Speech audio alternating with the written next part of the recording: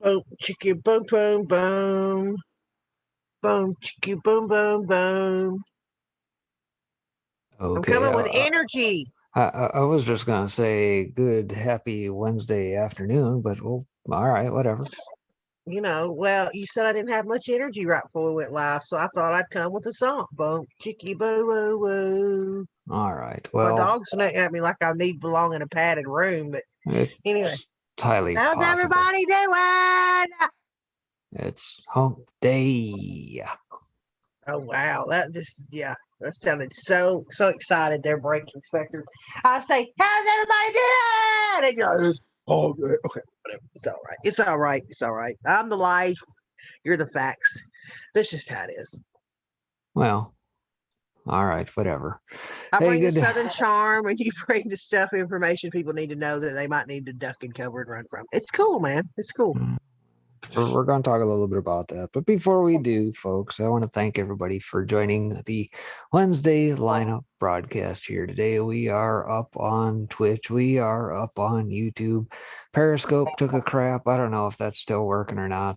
D Live looks like we're good there. We are up over on the Foxhole app and we just added Trovo Live. So if you are over on trovo.live, you can find us under 5x5 spelled out over there as well. Should something ever happen to us, we have a presence over there. I think this is our second broadcast over there now. We started on Sunday, maybe. He's very funny. See, I'm not one of those people that take credit for stuff when I don't do it. And I don't really even like taking credit for stuff when I do it. Number one, I got to say, Vernon. I don't know. I don't think Biden's getting to me. I'm hopefully having some encouraging stuff for you guys today because it does look like people are waking up because Well, these people are such idiots. Number two, I'm going to say, Breaking is awful funny because he's like, oh, we're on Trovo. Look, I think we were on there for two. Breaking set that up. Breaking set up all the extra stuff whenever people were first launching. It was like YouTube, YouTube, YouTube. But then, he went and started setting everybody up on D Live, and they made sure they was on Twitch. He did it when we first started this channel. And now all this crap was happening. Everybody's like, whoo, thank God I'm on D Live.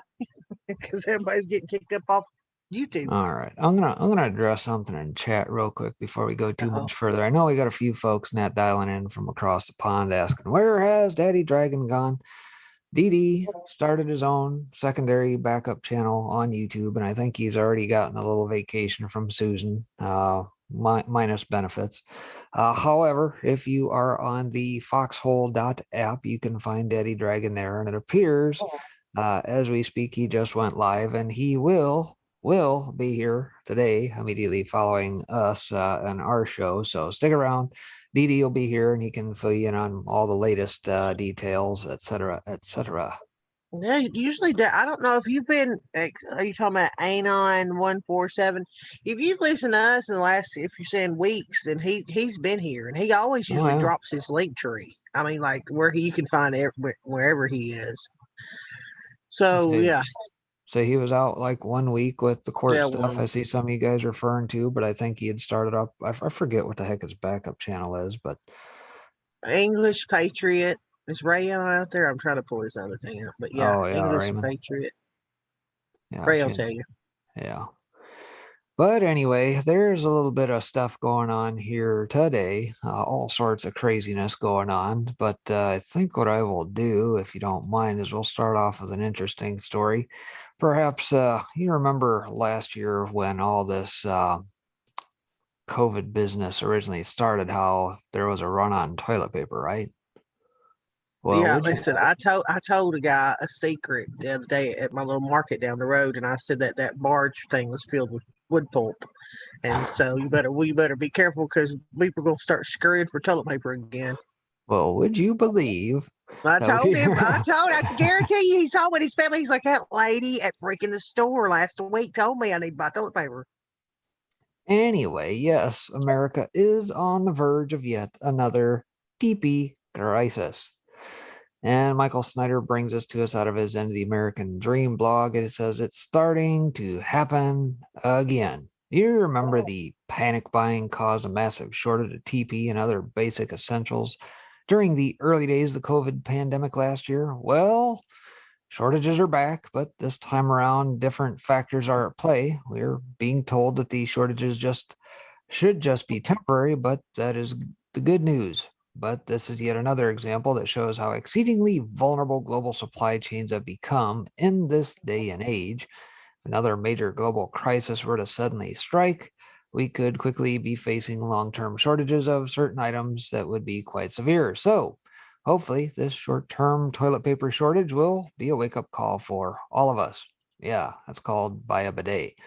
Screw It's toilet called paper. water hose or live by a creek somewhere. That's what it's Bucket called and in a the South. brush, pipe cleaner, I don't care, SOS pad, whatever. The following comes Ooh, mine sounded a lot like nicer. Water hose or creek, and you're out there talking about Creek. sandpaper and pine I cone needles. I What's hope that? hope I'm upstream of that business. That's what you have to do. You have to live upstream. I mean, if the thing's Uh, got fish poop in it, people, you're gonna live. You strain it. Yeah, get one of those life straws, I suppose. You'll be all right. Just Hell, have a we're little gonna twitch. scar these poor people. We're gonna scar Anyway, y'all. I'm sorry. I yeah, hope y'all at least laugh. Yahoo News says, who can forget last year's empty store shelves and pandemic panic shopping, right? Cleaning products, hand sanitizer, toilet paper were all but impossible to find, and only recently have name brand disinfectant wipes and sprays begun showing up in stores again. Well, brace yourself because another product shortage is looming. And yes, it may very well become tough to find. TP again. So, what are they saying? Well, for 6 days, Egypt's Suez Canal was blocked by the giant cargo vessel that got stuck and held up hundreds of other ships en route that handles about 12% of world trade. The Ever Given, about as long as the Empire State Building is tall, was finally freed Monday, this being last Monday now. But analysts say it could take more than a week to clear the backup. And I'll just pause right quick and say, if you're with me on the broadcast, 11:30ish my time frame here, 12:30 Eastern, you'll know that I covered the Ever Given is still tied up in Bitter Lake at the moment, awaiting inspection. So it's probably going to be delayed for at least for the foreseeable future. Says, needless to say, it won't just be toilet paper that is affected. Even now, you're probably noticing empty shelves at some of your favorite retail outlets, and that will probably continue to be the case for some time. So the maker of Cottonelle, Scott, and Viva brands announced Wednesday that it will hike prices on a majority of its North American consumer product business, including toilet paper and baby care items. Kimberly-Clark Corporation blamed rising commodity costs for the increases. Continuing forward here, it says, as a result, commodity prices have shot through the roof, and companies are starting to pass those price increases along to customers. We are on a hyperinflationary path, and everyone knows that this story is not going to end well. House prices rose 11.2% from a year ago, the biggest increase since the peak of housing bubble in 2006, according to today's National Case-Shiller Home Price Index. That number not telling the whole story. Seattle talking about that. You'll see homeless encampments, all that good stuff going on. Unfortunately, the truth is that the economic conditions in America will eventually get a whole lot worse.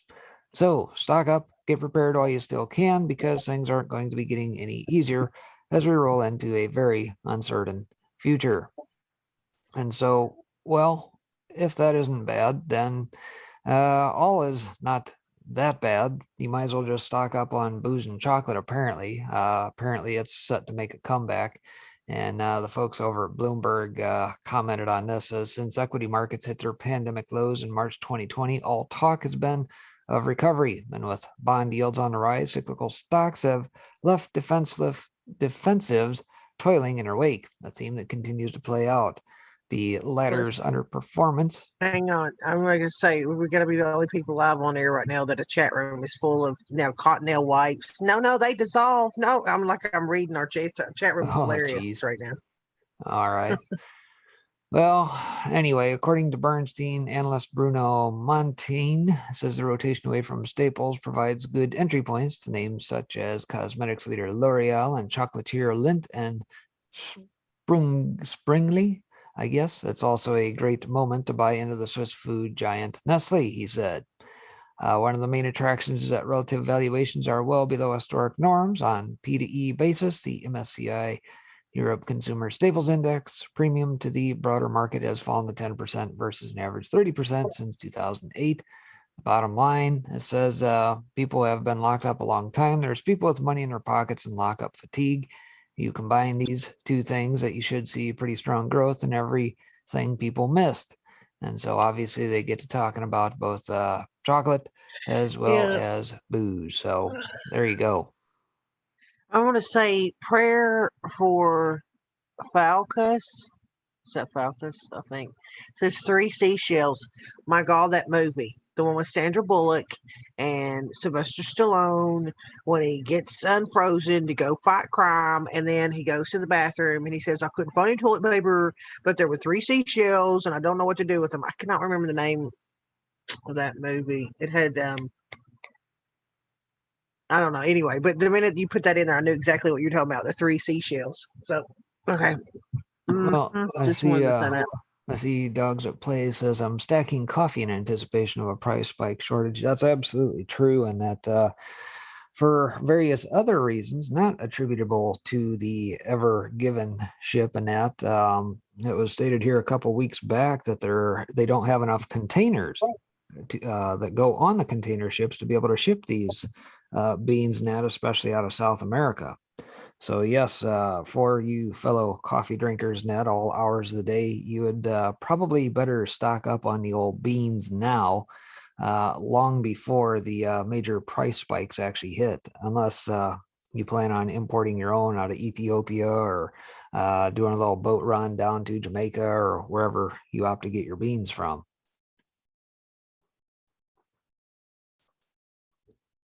You got nothing? Yeah, no.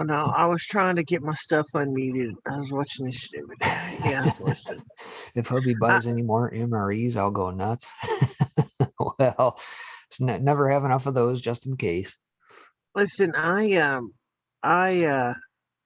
I'm a prepper. I've been a prepper for 10 years. And when all that stuff hit, I'm not going to let my dad's want for anything. So, okay, so let's just say my toilet paper stash went down to a bare minimum. And I'm the kind of person that he's like, if the lady down the road doesn't have any, because especially for people that are elderly, I can't help it, man. I'd give my elderly person my last dollar. And so, unless my stock was depleted. So it's just funny because the last couple of weeks I have been like, when every time I go to the store, I'll get 2 or 3 things of toilet paper. So I've got about paper, but it's funny that now I had to tell that guy last week that I was like, if you don't have any, dude, you better stock up. So, and then my aunt, her son, so that would be my first cousin. I've never met this first cousin, so it's weird. But anyway, small town. He's doing a food bank thing at the church, a city over. And so breaking those discs will be on here, and my dad will come through the door with a big bag. But he's been bringing me bags full of groceries that they have left over from this giveaway at this church for probably 2 months now. And I have probably filled 1, 2, 3, 4, 5, I don't know, 10 boxes full of food. Like I keep the non-perishable stuff and put it back with my prepping stuff. And I'm just like, it's nuts how much food he brings me. And I'm the fourth person removed from getting it. So it goes through the cousin to his mother, to the mother, to my dad, from my dad to me. And I'll get things like apples and mangoes and cauliflower and Alaskan cod Well, one time he brought me, salmon. I think you demonstrated the caliber of peach you got the one time here, right? Yeah, well, listen. It stinks a lot there. If I'm the one fault in all the food he's brought me to bring the hell. Okay, that's the one thing that's been like a little sketchy. But that ain't the store's fault. That's whoever is sending them the Mm, peach. But yeah. all the other stuff is like dried beans and pasta. I put all that stuff up.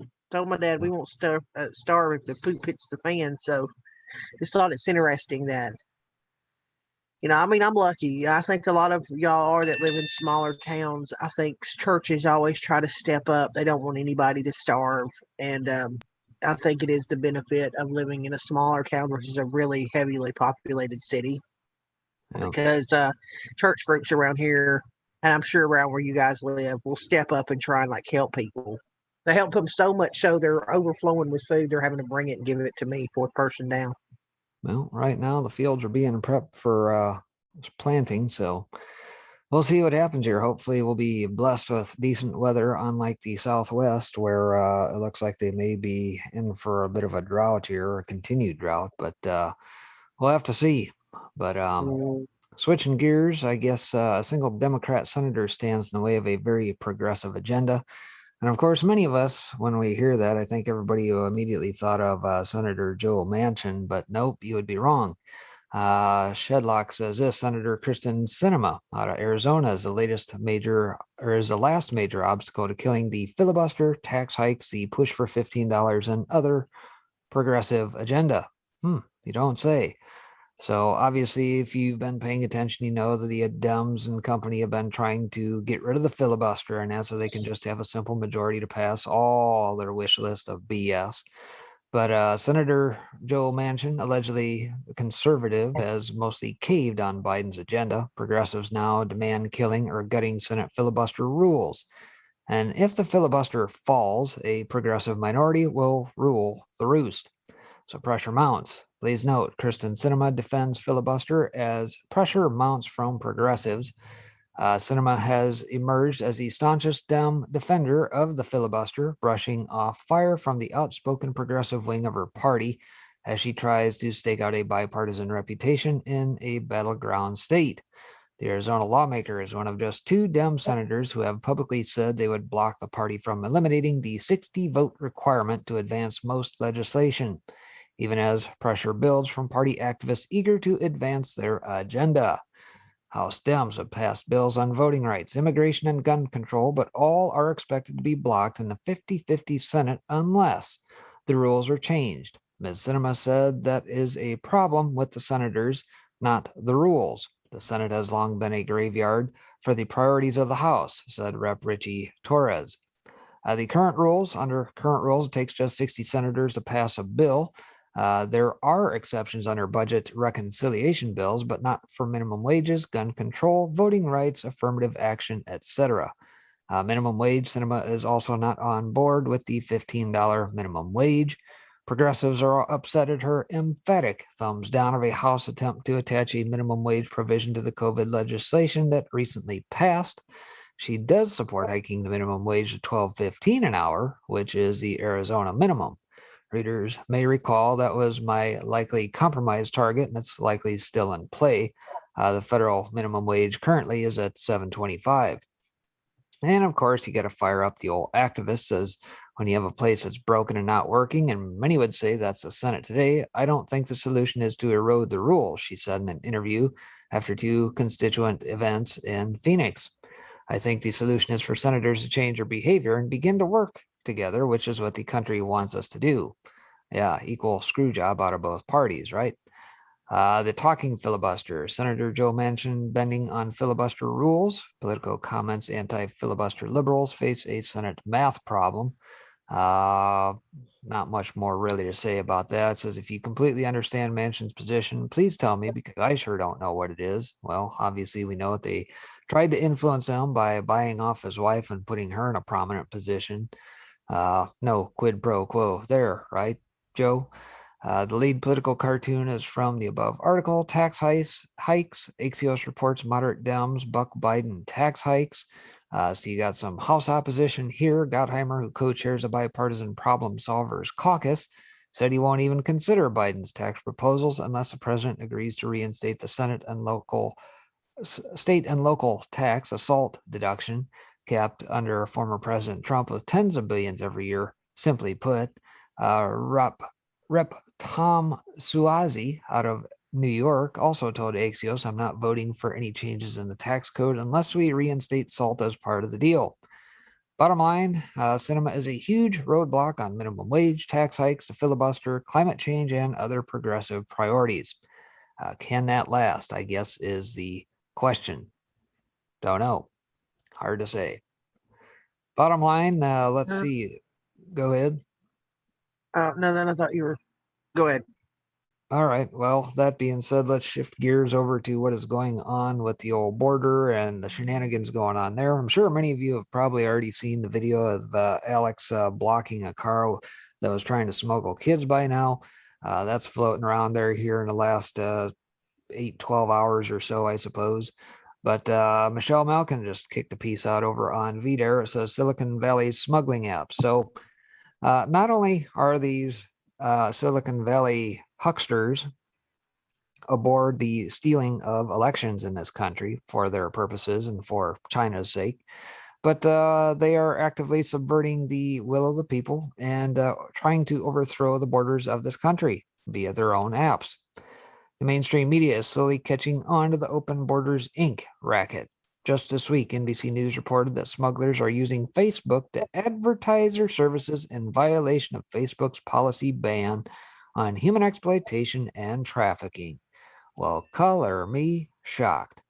The news network appears shocked that coordinated illegal activity is booming on Facebook, one of the world's biggest and most influential globalist platforms. Now, wait a minute here. I thought it had to been one of these other platforms, like Gab or Parler or something just like what happened with the January 6th ordeal in DC, right? Right? Oh, you would be wrong. No, that still happens on Facebook and Twitter, unabated. Sorry. Maybe if the Bleeding Heart Libs and the Fourth Estate hadn't been so busy carrying water for Mexican cartels and big businesses through endless anti-Trump propaganda pieces defending the mass illegal immigrant invasion over the past 4 years, they might have blown the whistle sooner on Silicon Valley's co-conspirators with ruthless coyotes. Only now has NBC News seen fit to enlighten the public about Spanish language posts on public Facebook pages advertising travel to Mexico to the United States, cost $8,000, 100% safe. Oh, you mean like that 6-month-old baby they tossed in the Rio Grande the other day? Oh, I see. Or make your dream a reality in the United States. We're here to help you. The journey is safe and reliable, and the price was $4,500 leaving from Monterey to San Antonio, Texas. And of course, that's the tip of the iceberg. In 2019, it reported how smugglers and their clients worldwide have used Facebook and WhatsApp, owned by Facebook, to coordinate their journeys. Pueblo Sin Fronteras, the notorious sponsor of illegal immigrant caravans, still maintains a public Facebook page where its leaders taunt America, announce their border breaching activities, and post solicitations for supplies and donations. Non-governmental organizations, NGOs, advocacy groups, and financial institutions have created an additional array of free apps to quote-unquote help. The UN's International Organization for Migration offers MIG app on Google Play and Apple's App Store with information and assistance to migrate safely. The app features weather and crime alerts, medical clinic appointment scheduling, and money transfer services. More on that in a moment. The bottom line, all of this is being aided and abetted by the Apples, the Facebooks, the Googles, the Samsungs on all these phones and everything else. Right? Why? Why do we allow this? Are you asking me? Yeah, sure. It's a question for anybody out there. Just people with their monopolies, and somebody needs to step in and write regulations against them. People that work there said it. Yeah. They're some of the highest people in these places saying it. So I'm going to tell you 2 things I found. Wow, mine's quicker. I don't get into the whole thing, but this is OnlyFans. If you're on OnlyFans out there, guys, you've been hacked. So your explicit photos of hundreds of performers, including Bella Thorne, are leaked online by cyber criminals. They just came out the other day with Facebook had a massive leak in I think the end of 2019. They didn't bother to tell anybody. Over 500 million people, and they're saying that, oh, this is an old thing. This was back in 2019. Yeah, they didn't tell anybody. Nobody knew about it. So if you see all these people coming out and reporting what happened with Facebook and all this information being released, don't believe that they've got their employees out here going, oh, this is old. Yeah, they didn't bother to announce it. They didn't bother to tell anyone. And now they've got people's names, phone numbers. Some have some people's occupations. I mean, it's rough. This is why you be careful with these apps because they don't protect your stuff. You will get those phone calls from people telling you owe money to the IRS. There's one of them. But anyway, if you're on OnlyFans, they've been hacked as well. 2, Dave Chappelle revealed that celebrities at the White House farewell party for Obama wrote the dirty notes that Trump staff found in drawers and cupboards when they moved in. Do you remember whenever this came out, right after Trump got inaugurated and moved into the White House, his staff said that they found a bunch of dirty and nasty notes inside the drawers and cabinets in the White House? And then the Vaguely. media tried to lie and say that didn't happen. Obama said that he denied the claim. It was a bald-faced lie. Where Dave Chappelle sitting here saying that literally happened. He watched people write the notes. That's where it came from. So here's just at the very beginning, we always knew it was fake news. I'm just saying, even seeing something as simple as this, they would cover for these filthy people. Trash. Are you saying? This is I vaguely remember, and it's been a while ago, but Yeah, it says, remember when the Trump administration moved in, they said Obama staff left dirty notes for us. He said, I saw this happening. I'm not going to say who did it, but it was celebrities writing all that crazy shit and putting them all over there. And I saw them doing it. So when I saw that on the news, I laughed really hard. So, yeah, just so you know, and here's a picture of all these great people. Can't stand you and you. Apparently you had a really good time at the White House from what we saw in that freaking interview with the Obamas. Trashy, trashy people. Let's just read it. Looks like Rita Wilson's face right here. possibly. So anyway, so yep, that happened. So then people that told you that it didn't happen, full oh shit. And then I had then I should say this. GOP governors are taking a stand against the vaccine passports. I do not and will not support it.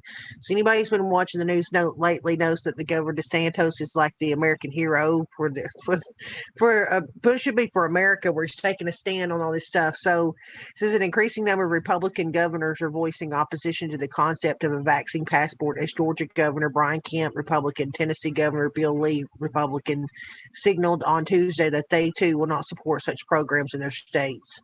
And then it talks about DeSantis. So yeah, more people need to speak up. Tennessee Governor Abbott followed suit on Tuesday with an executive order prohibiting government mandated vaccine passports. So again, the South looks like. Sorry about that. The South looks like they're trying to say no, because we kind of glow red down here, and we're real particular about our rights. We don't like people telling us what to do. So hopefully this spreads just like they're saying COVID is spreading, which is a lie. 99.9% survival rate if you're under the age of 65. But, let's shut down the world for it, because control matters. That's it. I have one more, but you go for it. That's All also right. quick. Let me switch gears a little bit here. Let's talk about what's going on over in Ukraine. That's out of South Front here today. Obviously, the war drums are beating.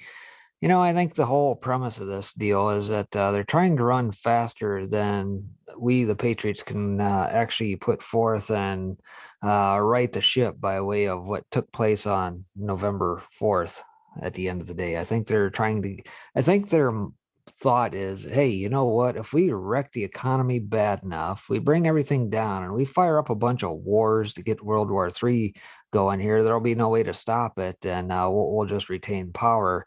Well, I don't know if that's going to happen in time, but it almost seems like it's coming to that hit. But nonetheless, military situation in eastern Ukraine on April 7th. Here's the map update from Lugansk to Donetsk between Ukraine and Russia, Mother Russia.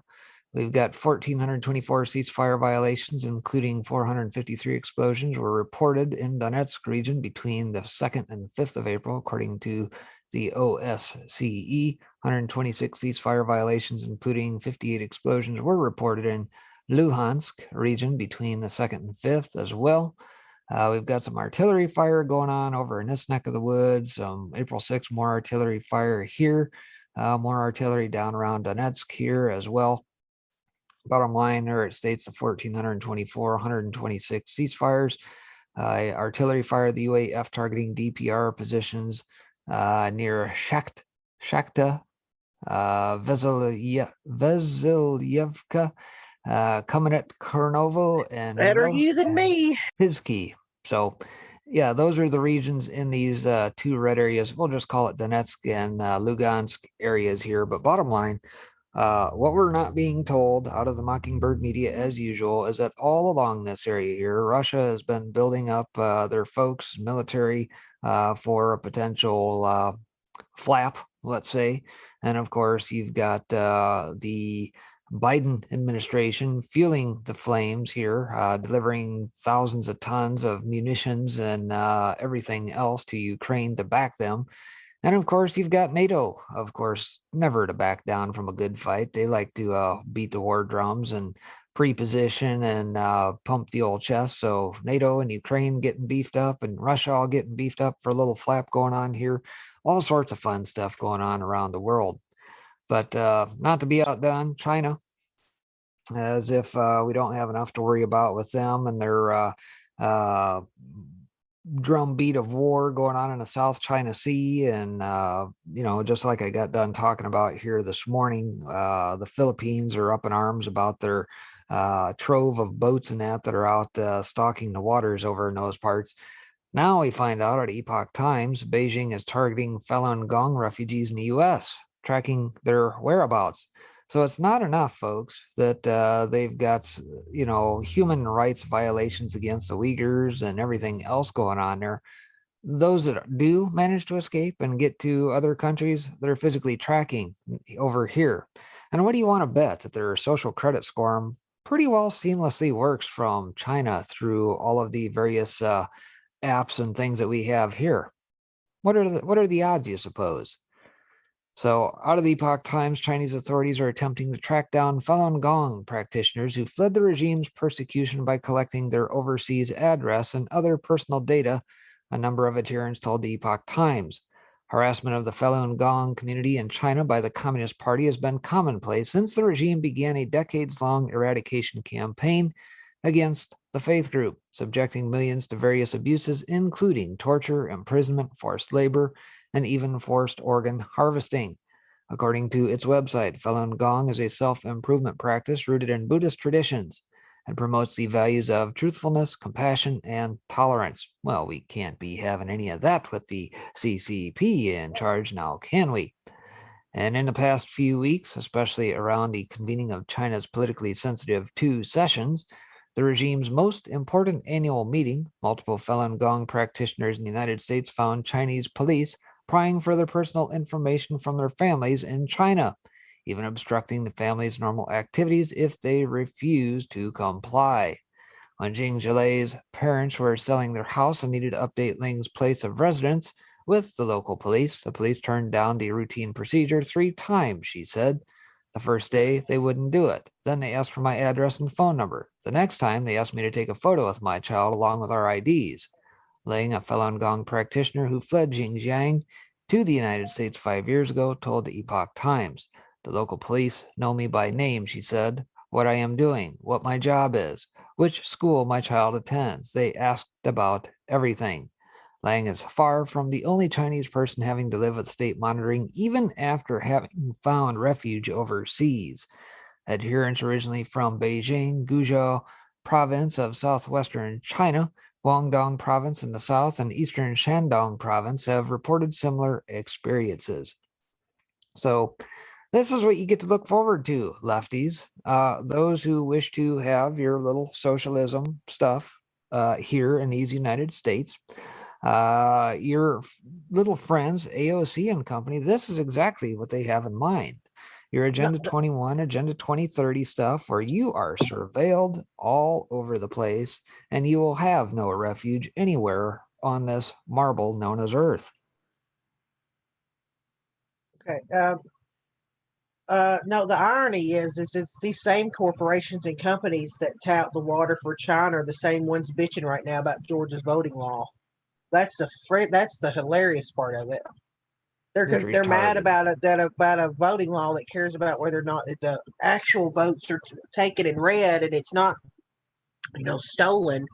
And they're out here touting the water for China, acting like China's so great. Well, they literally, you know what I mean? That's what they think. People are so stupid they can't put two and two together. But yeah, you said something about beating the war drum. So let me show you about beating some drums. Vandals damaged irreplaceable ancient carvings at historic site in Georgia forest. Yeah, that happened.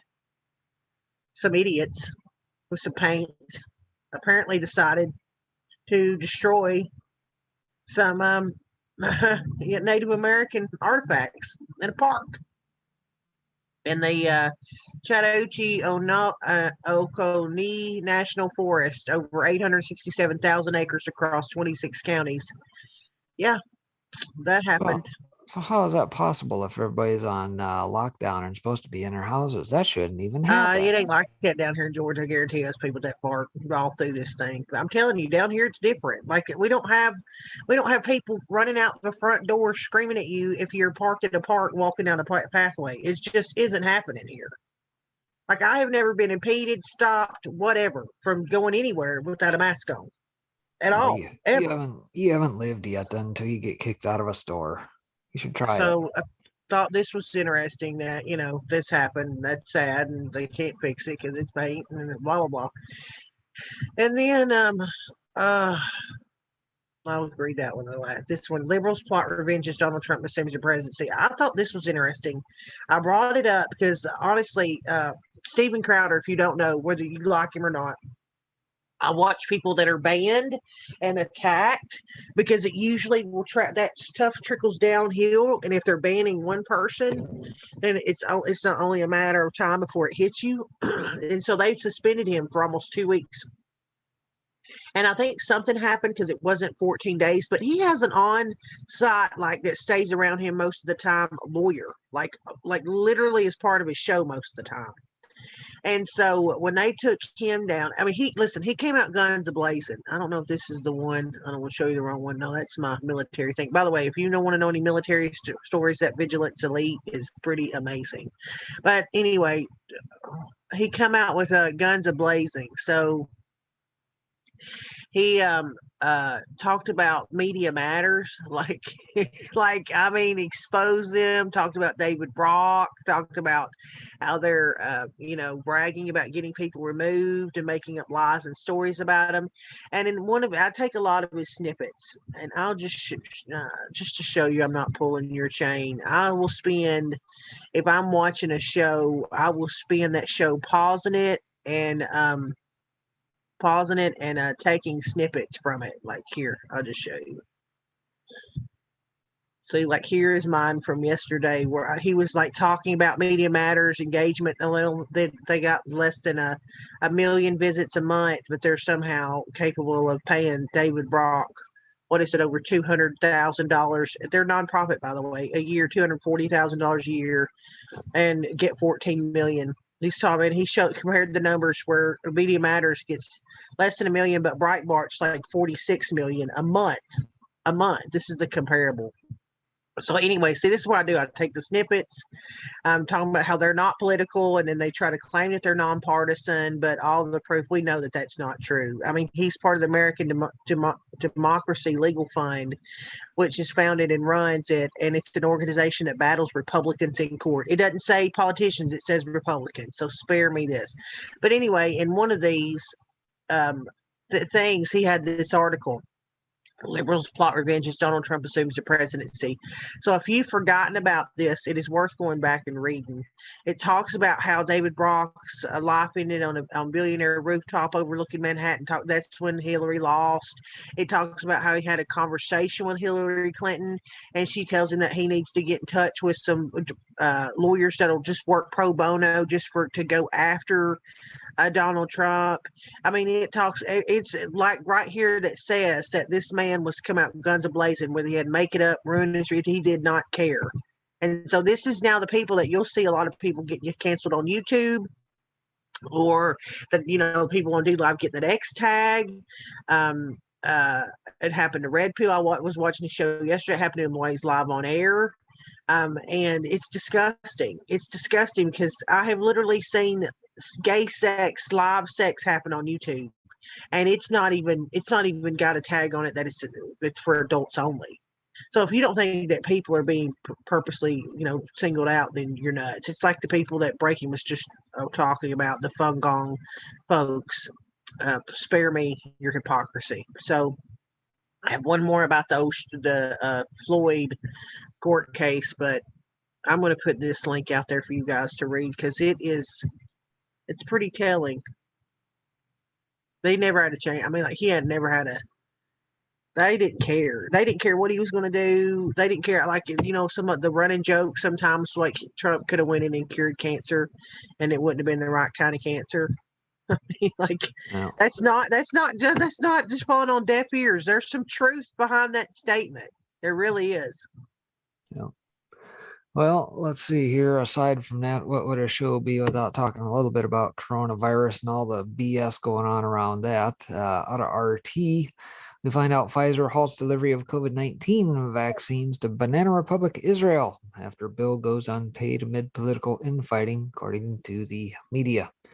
So I just find it interesting that they're now calling Israel a banana republic, which is probably absolutely true at this point because of the BS that they've got going on over there. To say that they're free or even that we're free at this point would be a grave misstatement, I would say. Pfizer has frozen further deliveries of the COVID-19 vax until it gets paid for at least the last 2.5 million doses, Israeli media reported. The blow comes amid political infighting in Tel Aviv.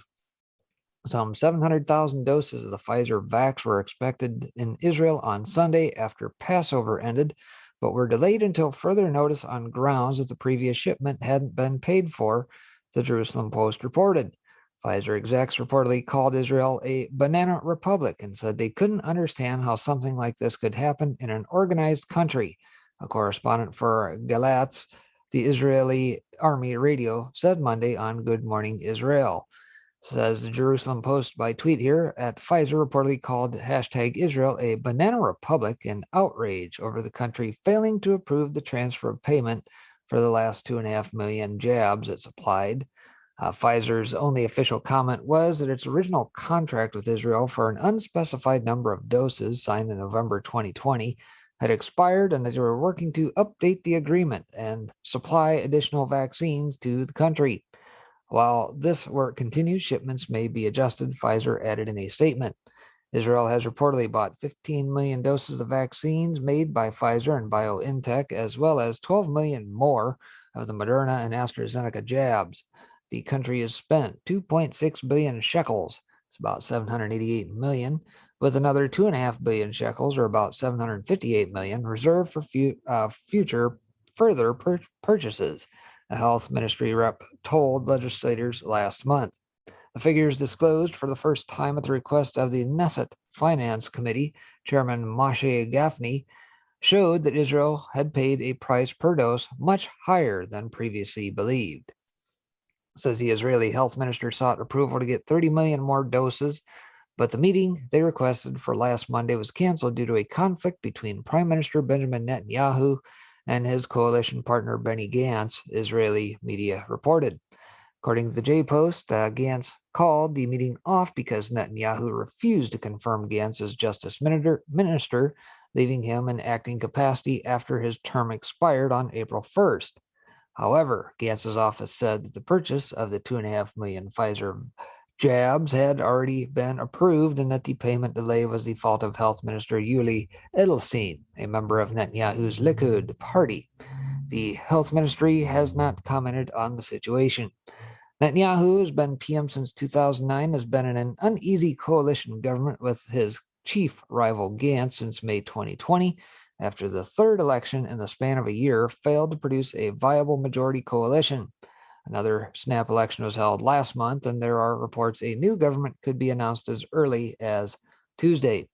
Gantz's interest in the Justice Ministry might be related to the fact that Netanyahu is currently facing a series of corruption charges, and in a court hearing on Monday, prosecutors alleged he pressured a news site, Walla, to give him favorable coverage.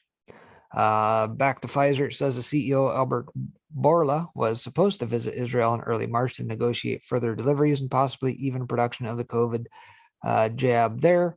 Canceled the trip 5 days before its scheduled date, however, saying he and his team weren't fully vaccinated and would gladly come later after coronavirus restrictions are lifted or improve and allow better visiting conditions. However, an NGO critical of Likud called Akrayat Limut National Responsibility called on the government to prevent Bourla's visit, calling it prohibited election propaganda, using health ministry resources to boost Netanyahu's election prospects. So an estimated 6,248 people have died in Israel after testing positive for COVID-19 since the beginning of the pandemic. So very interesting. It does not appear that all is well over in Israel at this point. Well, I don't know. I don't know. I think some of it is. I don't know. This last thing I have to pull.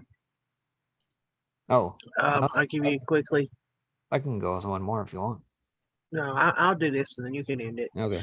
This is about if y'all been watching the Floyd Chauvin trial or not. I've noticed a lot of people haven't been covering it on our side of the aisle. I think it's because of I've just being burned out on watching so much of it and digging into the facts while all of it was happening. It's kind of like now all these people are figuring it out in a court of law. Remember, people, again, I'm going to say it again. People, they are being deplatformed and removed for stuff months ago that's come out to be true. They all were attacked, called crazy conspiracy theorists, da-da-da-da-da. And now in this court of law, Morris Hall, who was the drug dealer for George Floyd during his arrest on May 22nd, is refusing to testify, invoking his Fifth Amendment right. Hall's lawyer contends that her client's testimony could lead to a third-degree murder charge in the death of Floyd because of his alleged drug activity with the 46-year-old just before the arrest. Eric Nelson, defense attorney for former Minneapolis police officer Derek Chauvin, says Hall gave drugs to Floyd before the incident and could testify on the specifics about, for example, what went on in the cup foods, the alleged counterfeit money, and Floyd's apparent temporary inability to wake up after he ingested Percocet pills. This will include evidence that while they were in the car, Mr. Floyd consumed what were thought to be 2 Percocet painkiller pills. Nelson said during his opening statement, ABC News reported Floyd Hall and Floyd's ex-girlfriend were sitting in a Mercedes-Benz SUV before the events of the day further unrolled.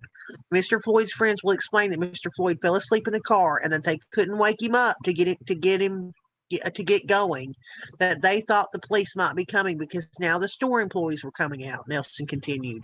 As noted by ABC News, Nelson would also ask Hall about where Floyd got the counterfeit $20 bill, whether Floyd obtained drugs from him, their activities before they arrived at Cup Foods, their interactions with employees inside the store, why he and Floyd gave police false names, and why Hall left the state immediately after Floyd's death. He also said he intends to ask Hall about what was in his backpack, what he was holding during the encounter with the police.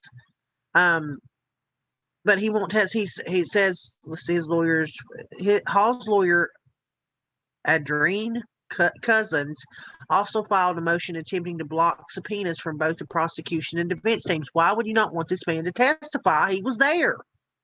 Your Honor, I cannot envision any topic that Mr. Hall would be called to testify on. He was sitting there. What do you mean? Excuse me? That would be both relevant to the case and that would not incriminate him. Now, the second part's the part that they're trying to avoid, the incrimination part. Cousins told Jed Peter Cahill on Tuesday, Mr. Hall's testimony in these matters would specifically put him in the position of being very close proximity to Mr. Floyd in a vehicle where drugs were found during a search by police following Floyd's death. He's on video, is he not?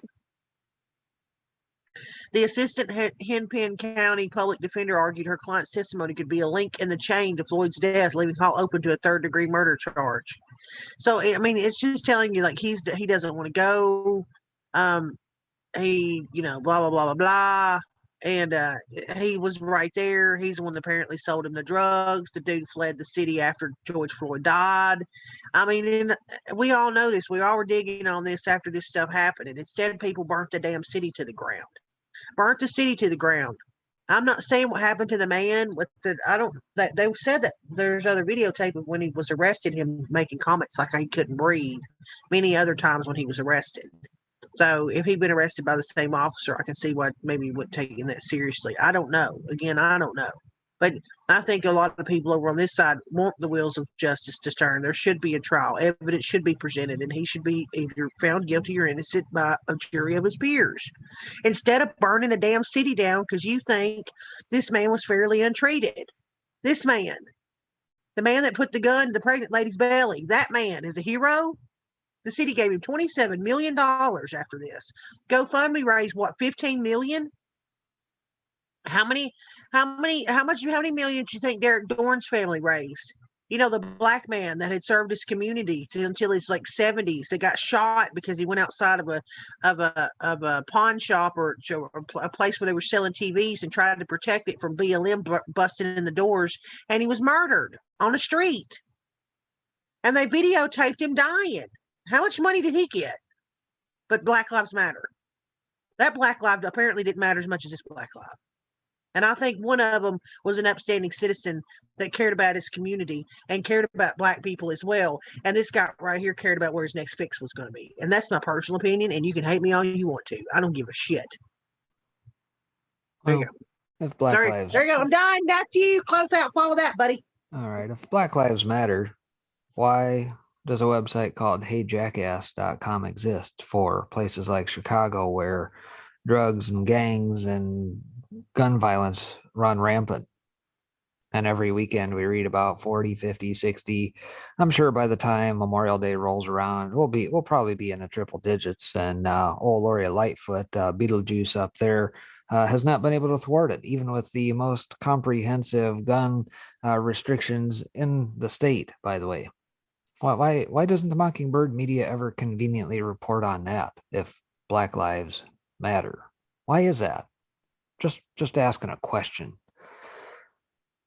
Anyway, well, the problem is that that's the problem, is that it's, you know, it's the media or people of opportunity. They report on the things that they want people to be outraged over. You know, that's a good old saying. We all know the truth, conquer and divide. You know, and that's how you stay in power. And that's all their intentions are, is divide us and trying to get everybody to hate one another. That's what they're doing with COVID right now. I mean, you have a survivable rate of 99.9% if you're under the age of 65. 99.9. But we need to shut down the damn world. We need to shut down the United States of America. Well, and you have a 0.01% chance of getting sick and being fatal. Are you kidding me? Tell the people that are losing everything they had over the last year that's their number, and whether or not they want to risk it. Well, it's a good segue into my last piece I got here before DD comes aboard. But Natural News had this today. It says FDA orders Dr. Mercola to stop writing about health benefits of vitamin D because knowledge is the enemy of every totalitarian regime. And of course, we've talked pretty well ad nauseum on this channel, on my channel, on a number of channels about the benefits of vitamin D and various other low cost concoctions, I guess we'll call them at this point. But why is the FDA ordering somebody not to talk about vitamin D? Because they're retarded. The U.S. Food and Drug Administration and the CDC, Center for Science and the Public Interest, CISP, are on a witch hunt against Dr. Joe Mercola, who has threatened to stop writing about the health benefits of vitamin D and warding off respiratory illnesses like the Wu flu. Last summer, CISP launched a social media campaign that aimed to put an immediate end to Mercola.com, the longtime health information website of Dr. Mercola. Not long after, the FDA issued Dr. Mercola a warning letter to stop writing about nutritional products that can lower your risk of respiratory infections such as COVID-19. Well, you dipshits, in NBCHI or whatever the heck their website is, NIH, you can go to a lot of these stinking government sites and actually see the damn studies for yourself. All it is he's just pointing us in the direction of where you can go to Science Direct or Science Daily or any one of those. It's on your own stinking websites. You're about to get to the point. Your next paragraph. CISP, in case you're unfamiliar with it, is a so-called consumer advocacy group bankrolled by the likes of Bill and Melinda Gates. There we go. Oh, keep going. There's another one. The Rockefeller Foundation, the Rockefeller Family Fund, Bloomberg Philanthropies, and other deep state orgs advancing a global eugenics agenda. And you just gave 15% of the Bilderberg group. Yep. CISP is also partnered with Monsanto. Bayer. There you go. Several years back, Gregory Jaffe, the group's director of biotechnology, issued a statement declaring that mandatory labeling of genetically modified organisms should not happen because it would be confusing and misleading for customers. Yeah, the total backwardation of calling their stuff organic versus what traditionally occurs in nature as non-organic, total backwardation. Much the same as what they're doing with fake meat and trying to say that fake meat belongs in a damn cooler next to the other stuff because, confusing. CISP rails against published science demonstrating certain nutrients can boost your immune function and help lower your risk of severe infection, saying it discourages mask wearing. Well, yeah, you idiots. We don't need a dadgum mask if you know how to take care of your own immune system. It's unfortunate that people don't have folks like yourselves who are bought and paid for by the Mockingbird media and everybody else carrying water for all these big tech, big ag, big chemical, big pharma folks who all push this BS in the rotating doors. Anyway, no published scientific evidence to back its universal use, Dr. McCullough further explains. CISP has a history of promoting industry science and propaganda, having supported artificial sweeteners, trans fats, GMOs, fake meat, and the low-fat myth.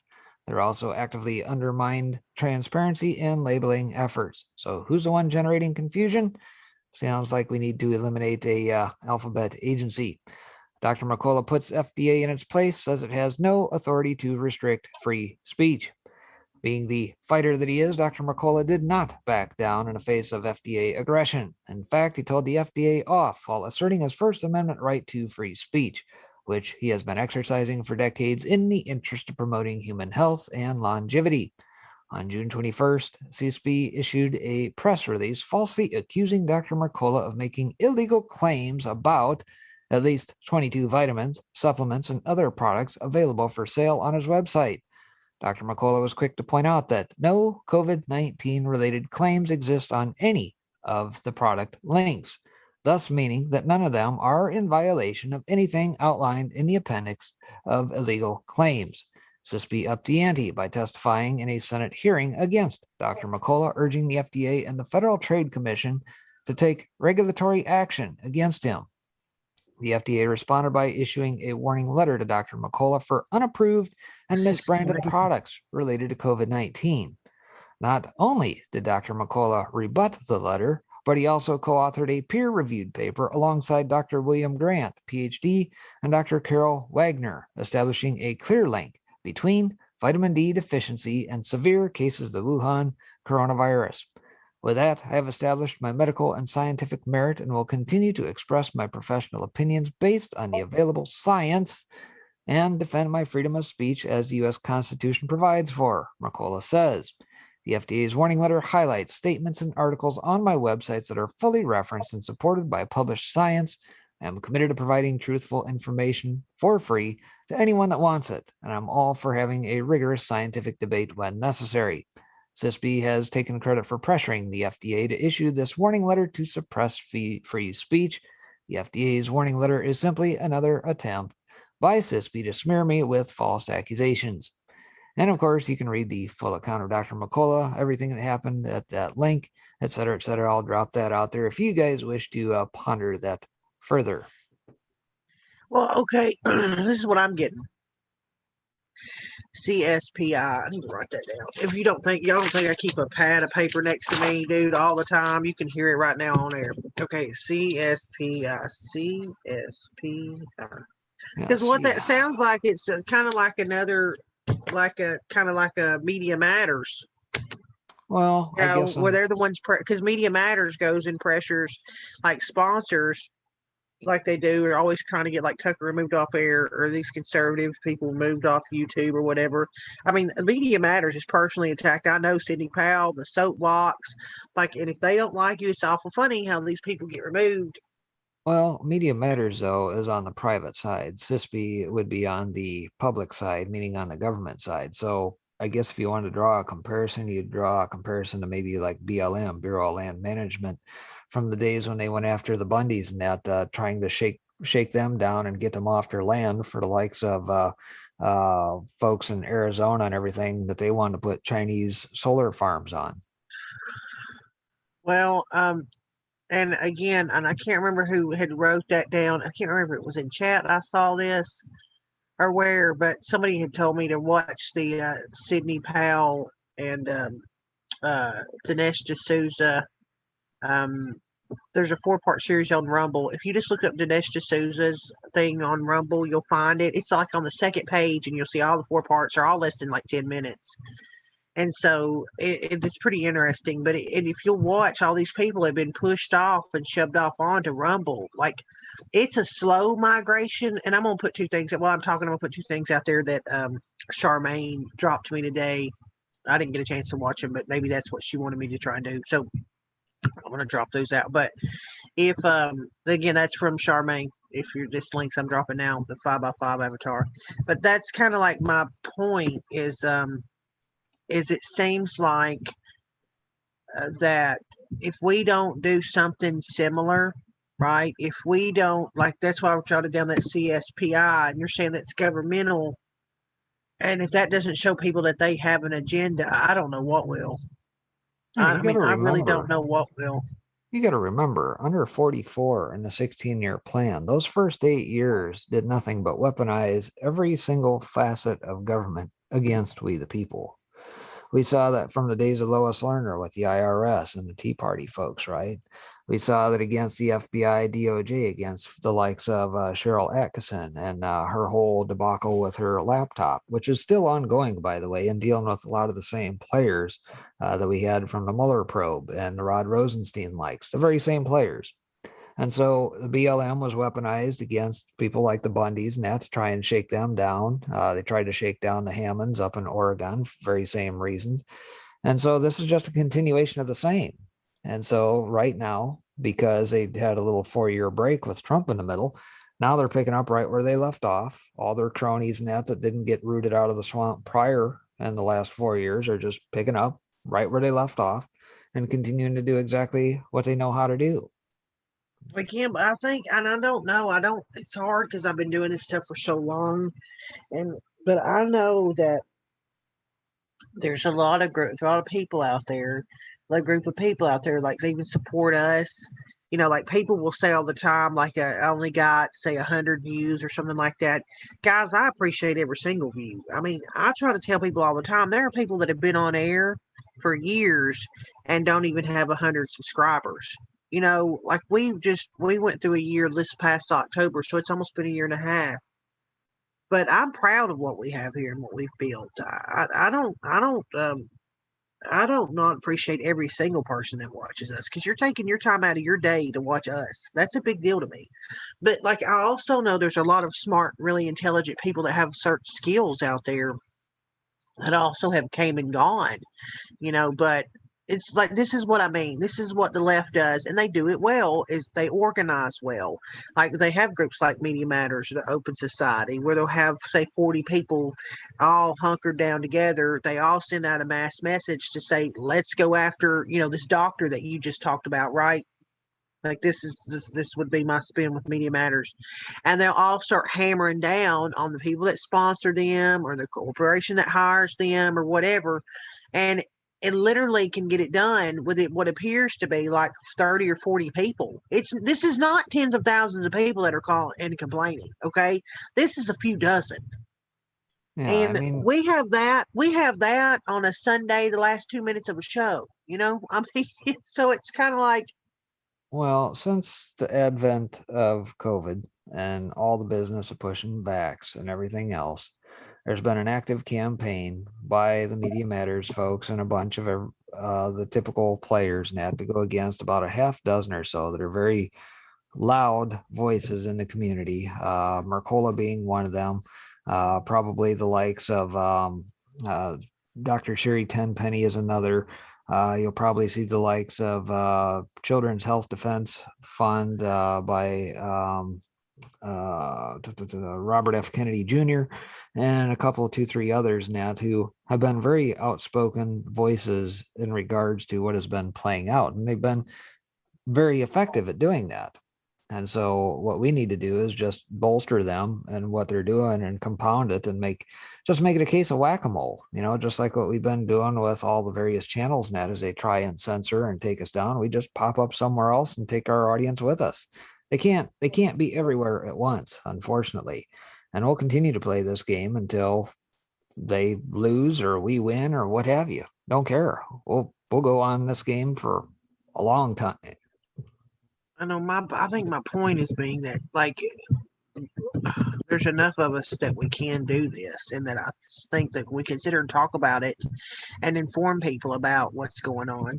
And it's that same breath, literally post the number and say, this is who you call, or this is their email if you don't agree with the situation or whatever. It's almost like, they've been testing the waters even since Trump's presidency of how far could the media get away with. You could almost watch it happen. You could see the first person that came out and said something about white people on the news. Literally didn't say people in Chicago or people in Nashville or people in Atlanta or whatever. White people. White people are the enemy. White people have a disease. White people. Then you could see when that first started them being looking around to see if anybody was going to do anything. Well, and when the FDA didn't come down on them, et cetera, et cetera, et cetera, it's like they just kept doing it and it got worse and worse and worse. And I think that's what's going to happen unless people do. Start calling their congressman and complaining. Congressman ain't going to do it like a good. I was trying to finish, but I saw Daddy pop in and then you cut me off. So go ahead.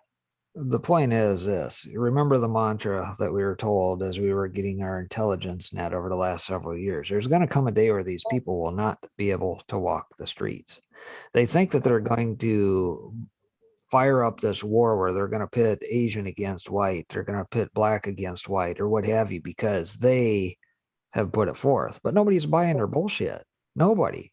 People see these folks for what they are. At the end of the day, let me finish my point. At the end of the day, what it's going to come down to is the fact you get to David Brock's and people know that it's David Brock and his minions now that are pushing forward. We're not coming for the Asians. We're not coming for the blacks and who you tell us the enemy is. We know you and see you for who you are. Again, I'm going to say this one, try to finish my statement as before I was cut off. Is that you're talking about, you're saying that people won't be able to walk the streets. That's my point. Who do you think is going to make the people not be able to walk the streets? It's not going to be Pelosi. It's not going to be Matt Gaetz. It's not going to be DeSantis. It's going to be the people. The people are going to be why those people can't walk the streets. It's not going to be people sitting up on Capitol Hill. You can't believe that. It's going to be us that becomes awake enough to realizing what they're doing. So it's going to be us that has to call them on their shit. It's going to be us that has to make enough noise. Again, anybody that's a conservative or even a constitutional liberal that has their toes stuck into politics these last 3 or 4 years will self-admittedly tell you that the one thing that the left does well, and they have the money. Listen, I can give you the list of the reasons why, but they do organize well. They do have systems that support them. They have the David Brocks and the George Soroses and the Hillary Clintons and the whoever else to dole out money hand over fist to support their causes in order to have them target more right-leaning people. I mean, that's what they do. And until we raise a stink like they do, until we organize, say, you're done with this shit, like that preacher in Canada that started screaming at those cops at the top of his lungs. He had 6 cops show up at his church on supposed to be the holiest day in the calendar year. And what did he do? He yelled his head off at him, told him, get out, called him Gestapo and Nazi, whatever. What happened? They left. We would never have heard about that unless that guy was recording that video. That's why we saw that. And guess what? It fired up our audience Sunday. They were like, oh, that's awesome. Oh my God, that's great. Because people need to see that, people standing up for themselves. And I mean, that's what we talk about all the time. You have a smartphone, you're a journalist. You see something like that happen, record it. Send it to somebody here, send it to me, give it to one of my mods or whatever. They know how to reach me. Like, get it out so people can see and start feeling that fire in their belly to say, if we don't start standing up for ourselves, then we're just going to be part of cog in the wheel as well. And then we're going to be looking back going, I wish I'd have protested when they burnt that book. So I don't know. That's my point. Daddy! Hello. Can you hear me okay? Daddy, I can hear you just fine. you have got a very concerned audience. People have lost track of you. Please make sure today that you tell people where to actually find you. Okay, y'all. It was just one person, I'll show Daddy. people the new. Oh, there were a couple. Oh my God. I will show people the new channel. So let me just say this before I start, right? First of all, I'm sorry I've been missing in action, but it has been massively busy. I'm going to tell you what's going on with Pippa Knight, who's a 5-year-old child. She's been refused appeal, and yet they're going to be removing her intubation, which is basically an air supply. Everything about the case is bad in my view, because a single judge, not a jury, has listened to it. She's 5 years old, and we need as much help as possible in making sure that they don't switch her off. And I've been working in the background to try and create something, even 1 or 2 avenues that stops what's going on. So that's what we're going to be talking about tonight. But I will say, like I say, I've been missing in action, but I've been really busy. I hope you've had a nice Easter. Easter. I don't. I see. I stay kind of away from it. I like the biblical story of it, but because I study symbology, I know what, like, Easter really is, like the bunny and the eggs and stuff. So I don't want to ruin anybody's Easter, so I keep my mouth shut about it. But there's no hopping bunny pooping out eggs in the Bible. You know what I mean? Right. I agree with that. But I think Christians as a whole are wising up to just calling it Resurrection Sunday these days. Yeah. And see, and I don't want to ruin anybody's holiday, Daddy. What was you saying, Daddy? I agree. I got an Easter egg because Pippa donated to me, Daddy Dragon, one of her Easter eggs, and it was the only Easter egg I got from Pippa. Wow. And so when I see her, I'm going to say to the little 5-year-old, I'm going to say thank you for giving me one of your Easter eggs. And it was the Malteser Easter egg as well. So I got little Maltesers with it as well. So I was all very pleased that little Pippa donated one of her eggs to me. Yeah, that's what I mean. Like, you don't want to hurt a little girl's feeling. That's not the person that you go and say, do you know that actually is a pagan holiday? You don't do all that stuff. No. But it is encouraging. The more that I see, I think I was talking about this with breaking as well. I'm very careful about this, because there's 2 things that'll get you 3 things. Let me be honest. 3 things that'll get people coming for your head. And when you get into talking about politics, we've already jumped in the deep end of that pool. When you talk about religion, that's another one. Or when you talk about how parents raise their children, if you start trying to educate them on the wrong way they're raising up their kids, hell no. Just know that that's going to come with a bunch of thorns. But I do study symbology, and the thing that is scary to me is that these huge mega churches you see them everywhere. You all know what I'm talking about. That the religion that they practiced is not one I recognize. Like how they have modernized the gospel. It's not even the gospel anymore. I don't know what it is, but it's like they've gotten so far away from the Bible and teaching from the Bible. It's like a theatrical show with a bunch of dancers and music and performances and all this other stuff. And it's like, God doesn't need all that. God doesn't need fireworks and flashiness. And it's just, I don't know. It's like they've made it more like a daggum freaking Cardi B concert than, Well, one of the things that people, I don't know if I think it is the same in America, especially in England, is the busiest retail period of the year is not Christmas. It is actually Easter. Yeah.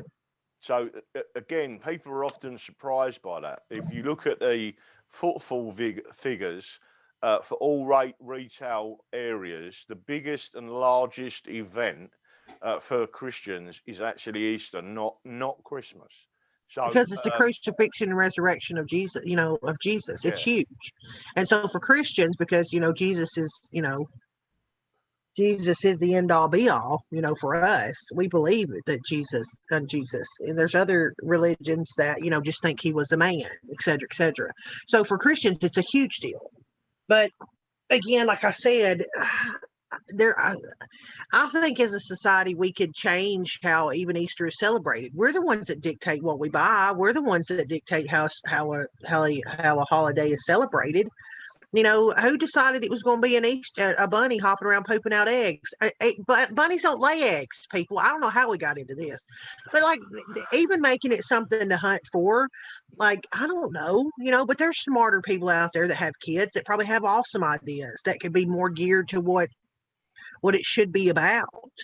Because if you dig into what the hair and the eggs actually mean, just go look at any pagan that celebrated Easter, what we call Easter, and they'll tell you. Laura, What? I need to advise you of something here. Lord.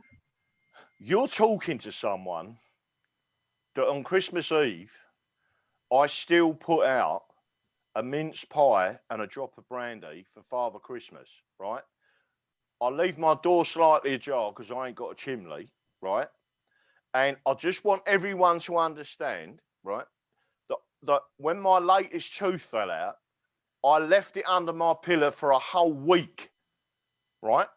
But eventually, I don't know how it happened, eventually there was 5 pennies underneath my penny. So I'm my pillow. So all I'm saying to you is the tooth fairy does exist.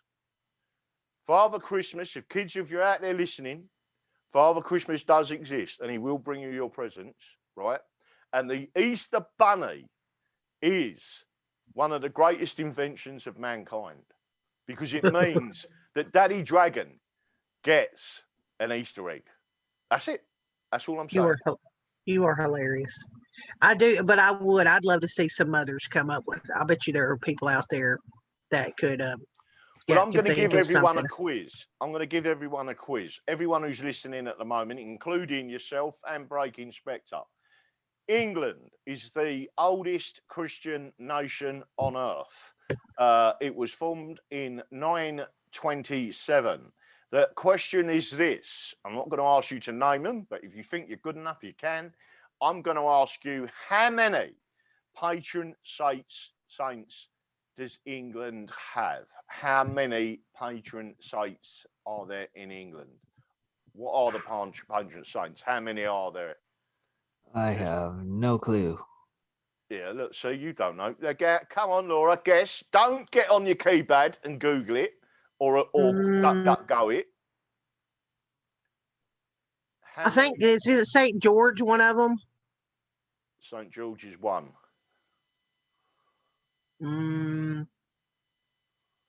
He's the only one, honestly, Daddy. I know, like, I can think of the top of my head. Because I think the other ones, unless you're considering like St. David and Andrew, but they're not England. I think they're like Scotland or something. Yeah. And then of course there's St. Patrick, St. Paddy's Day. Right. So I'm going to tell you, St. Edmund is one of them, and who is the other one? It's either St. Edward or I think it is St. Edward. Castello. So there are 3 patron saints of England, right? More than any other nation in the world. First of all, St. Patrick is actually an English slave that was taken from England and enslaved in Ireland, and he became the patron saint of Ireland. So the patron saint of Ireland, St. Patrick, is actually an English slave, right? So people are not aware of that, and that is the truth, the whole truth, and nothing but the truth. So help me God. I'll be darned. Learn something new today. So you've learned. It's funny because I watch some of these videos, and they talk about saints, stuff like that. So I just happened to have saw one of them a couple of days ago. But yeah, it's interesting. I believe that some of the books that you read is what draws me to you. That you're a big book reader, and so I know that about you. And I think that's a lot of people aren't anymore. And I think it gives you some peace and lets your mind settle, and you can learn a bit about your history. if we, in the books, because it can be so twisted in the news or wherever else. But if you find a good old book that tells you about the stories, then I believe that's how you can educate yourself, because they are constantly trying to rewrite history, constantly. So I appreciate that you're a huge reader. That's why it's a, you know. And this book I've got in front of me now is over well in excess of 100 years old, right? Yeah. See, that's what I mean. And Stuff it is important. the law and custom of the Constitution. So anyone, and again, I've got all 3 volumes here, and just look. This is a real old book, right? Oh yeah, I believe you. Huh? I believe you.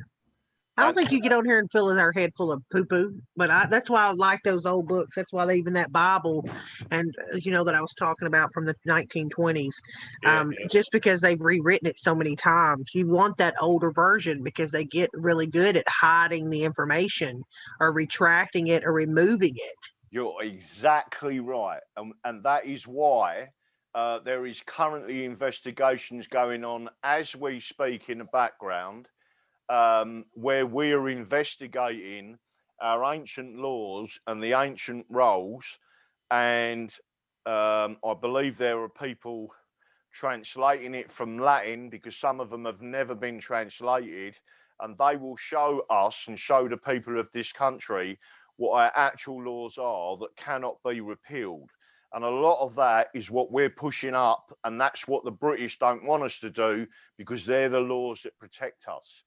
And also protect the United States of America, because you are common law jurisdiction.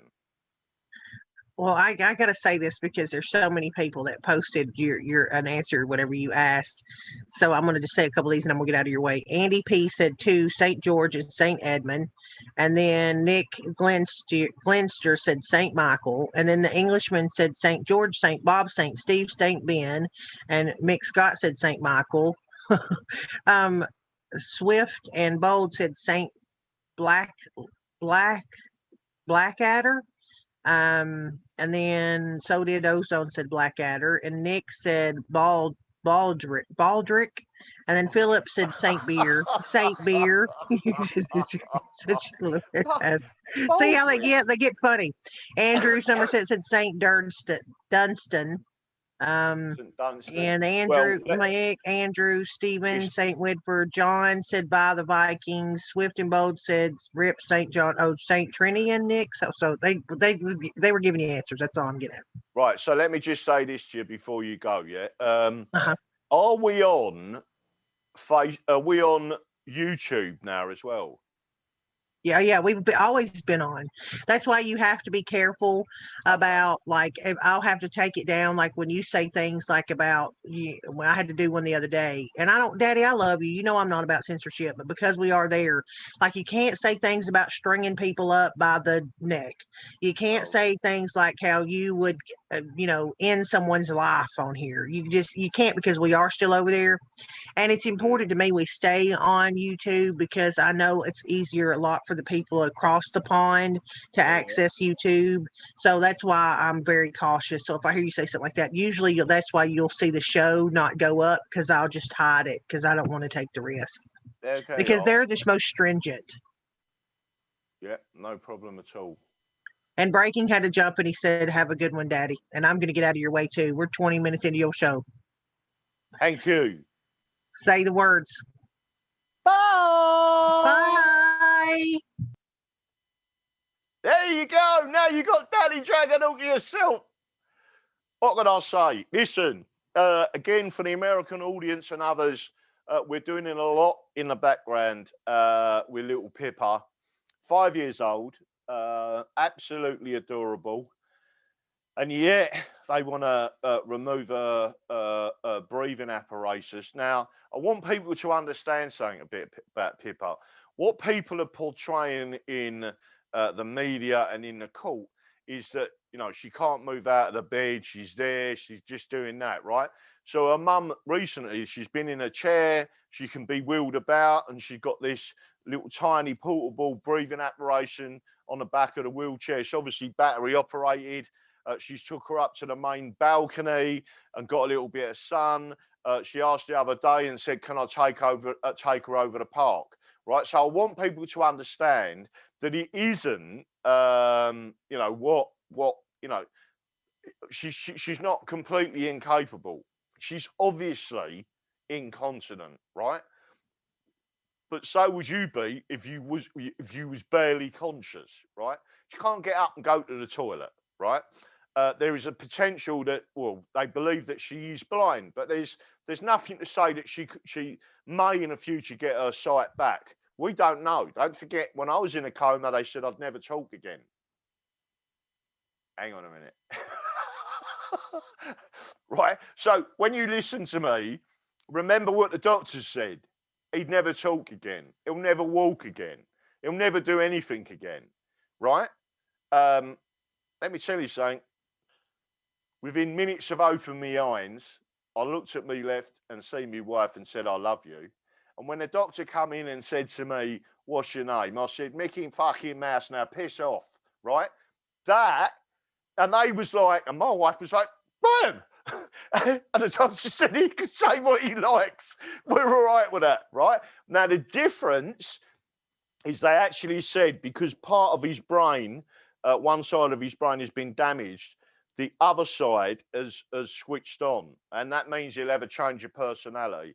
So the way he will be when he comes, you know, now won't be exactly as he was. But that's not to say at some time in the future his brain will repair itself. Both sides of my brain are now active because the other side did repair itself. It then pings you back over to that side. So most of your characteristics of your old personality come back. Yeah. And there I am talking to you. And this literally is my personality, a step on from when I was 24 years old with 2 young children, where the doctors are asking my father for my organs and my dad said, piss off, he ain't dead, right? My dad is a strong belief in a creator. He doesn't like religion and organised religion. He's very much like me. He never forced it upon us. He never forced upon us the Catholic religion or the Church of England. I chose to be the Church of England because I'm English and proud to be English. Right? That's the difference with me. And I had parents that allowed me to make my own decisions and brought me up to think for myself. That's it. Right?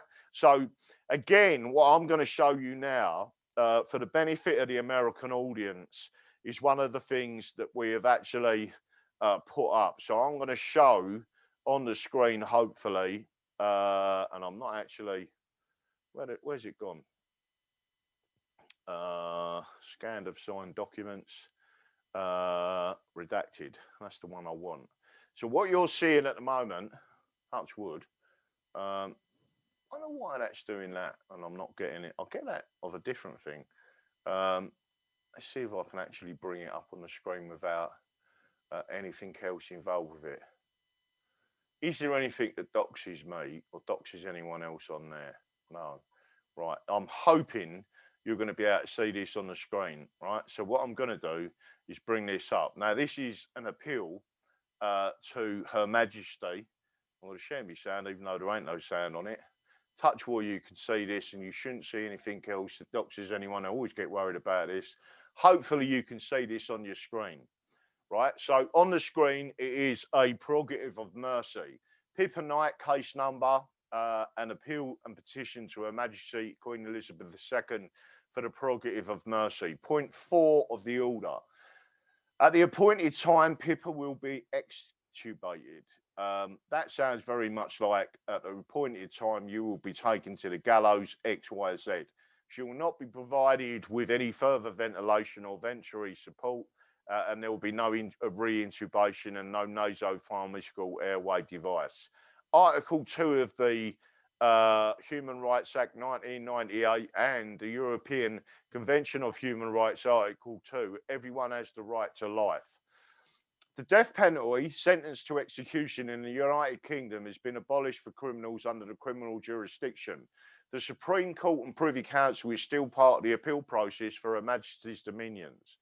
Point 1 of law. In civil cases, the death sentence still exists, but it is called a judgment or order. without benefit of a jury. Point 2 of law. This case is discriminatory by reasons of Pippa's class. If Pippa's family had been wealthy, the question may never have arisen. The comparator, if this had been one of Her Majesty's children, would you have been asked to switch off the machine, and would you have ended up in court if you had said no? I can tell you the answer is no to that, because Her Majesty can do no wrong, right? So I want everyone to understand that. Let me have a quick look at that. New channel. Thank you very much for putting a new channel out there for everyone. Petition. An immediate change in the law to protect children's lives via coroner's jury by way of non-adversarial hearings where the judge is medically trained to hear this case and future cases of like nature. The state has decided to take a life. Your Majesty is head of state and can intervene over those involved, including the judges that are Queen's Counsel. They have taken the decision to end a life without full benefit of a jury, without the full benefit of a full appeal and last appeal, and are taking the life of an innocent 5-year-old child who has personally signed this request for mercy, fingerprint attached. By way of staying the order, Her Majesty can do no wrong by God's will. This judgment's order is against God's will, and Your Majesty is the head of the Church of England. All over the world, Christians and other faiths are praying for Pippa Knight and her mother. Pippa and her mother, Paula, ask you to honour those prayers by God's will and allow her life to continue. Your gracious and loving subjects, Paula, Parflet and Pippa Knight. This was sent. I can tell you that every one of these has now been received by the recipients, including Her Majesty the Queen at Windsor Castle. They're attached to this, and this was the original, a photocopy of the original, is Pippa Knight's little thumbprint. So this is a direct request from Pippa herself, right? Her Majesty the Queen, Windsor Castle, Reading. This is a covering letter from Paula Parflet, obviously redacted the details. Dear Madam, as the mother of Pippa Knight, 5 years old, I appeal and petition to you as the constitutional head of state and England's sovereign. The Human Rights Act of 1998 and was described by a brilliant English constitutional judge, the late Justice Sir John Laws, as a statutory constitutional law guaranteed by the laws of England. My daughter, a loyal subject of England, has been denied her right to life that is guaranteed under this act. Common law and customary rights. Now, the common law guarantees it because this judge has actually put it in one of his rulings. The only, and obviously the customary rights and common law and statute rights. The only person left to appeal to is Your Majesty, and I would like you to support Pippa in this appeal. Yours sincerely, Paula Parflet, and it goes on. The next person, now for the American audience and for the English audience, I need for people to understand something here. Let me just make sure that I'm not missing anything from Paula as we speak. Let me bring that up. Let's have a look.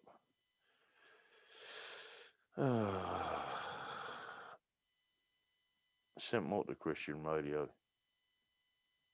Right. Let's have a quick look here.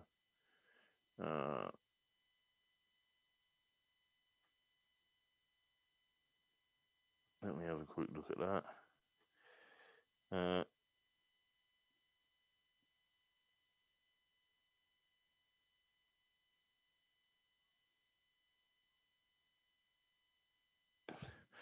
I know. Listen, Philip Ridley, I've just seen a message from him. Sometimes Robin worries me in some of his. We're not under Roman law, we're under common law. Right, so Cabinet Secretary, again, more or less the same appeal to the Cabinet Secretary. For people not to understand this, right, there is a triangle. Everyone's going to hate this, but there is, believe it or not. It's called the Triangle of Power. It's called the Golden Triangle. The Golden Triangle are three people and the person who sits above them is Her Majesty the Queen. And I'm talking about England in particular. You have got this person, which is Simon Case. He is the Cabinet Secretary and a member of the Privy Council. You've got Martin Reynolds, Principal Private Secretary to the Prime Minister. Yeah, he is a member of the Privy Council.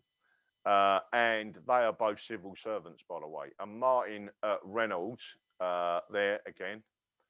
And the Right Honourable Sir Edward Young, KCVO PC, Privy Councillor. Private Secretary to the Sovereign, Windsor Castle. Again, he has been sent this as well and sent a copy of the appeal or notice of prerogative of mercy. The plan is this, that one of these is going to reply in the negative, or they may all reply in the negative. If that happens, it gives us another branch of judicial review, because we can argue and want to argue that prerogative of mercy can be used in civil cases, right? So the Queen can step in. She can't quash the appeal verdict or the order, but what she can do is stay the order, right? Until we decide at a stage in the future that something else needs to be done. If a judge agrees to that, and if the Queen agrees to that, then the order of removing intubation will be stayed until we resolve this. Now, you've got the other situation as well. So we've got another avenue that we're going, and the other avenue is to appeal as an emergency. I believe it's under Section 39 of the the European Convention on Human Rights, Section 39. Hopefully, I don't know anything about that, and I've said that to the Christian people, the Christian concerned people involved, and I've said to them, I know nothing about how you go to that court. All we know is that it needs to be immediate, and there needs to be some sort of stay until they look at it in the European Court of Human Rights. They are now looking at it, and I'm hoping that sometime this evening, Paul the Parflet will speak to them, give them the go-ahead, and they will continue with that. That is the situation at the moment. So again, what I'm going to do is take you back up to the top. So I've explained to you what them covering letters are. So each one of them people got a copy of this with Pippa's signature on it, which is basically a thumbprint, prerogative of mercy. There it is, explaining the situation. This is just the basics of it. There is more to this that can be put forward. So each person was supplied a copy of that. The Queen herself was sent the original copy and the original thumbprint of Pippa Knight, right? And the original signatures of that. So, and again, each one of these was has original signature from Paul the Parflet on it, right? And they was all sent to these individuals. That is what you call the Golden Triangle. So the Golden Triangle, again, was the Queen's personal secretary, and then on the bottom there you have all the other bits and pieces, but either side you have the Cabinet Secretary and the Private Secretary to the Prime Minister. You can't go any higher in the legislation and executive than them three, right? And then there's a direct link up to Her Majesty. Someone's got to do something. Now, the other person that people should be aiming to get this information to is Princess Kate Middleton, or I don't even know what her Dutch name is. But I can tell you now that Kate Middleton is the patron of the hospital that Pippa Knight is in. She is the patron of the Evelina ward where little Pippa Knight is in. And people need to understand that Kate Middleton, you know, is, you know, some have said another Diana, right? Well, if she is, I know that Princess Diana would have stepped in here and said, listen, you ain't doing this, right? There are other elements to this case that haven't been heard. That poor little baby I've seen the videos, and I'll tell you what, I'm going to show you. I don't know if I can show the videos on here. The problem is with this channel and YouTube, and that's why I'm sorting out my webinar. On my webinar, I'll be able to show everything, play everything, and no one will be able to stop us, right? I think I've actually got a link for it somewhere. I sent it to someone the other day. Who did I send it to? I know who I sent it to.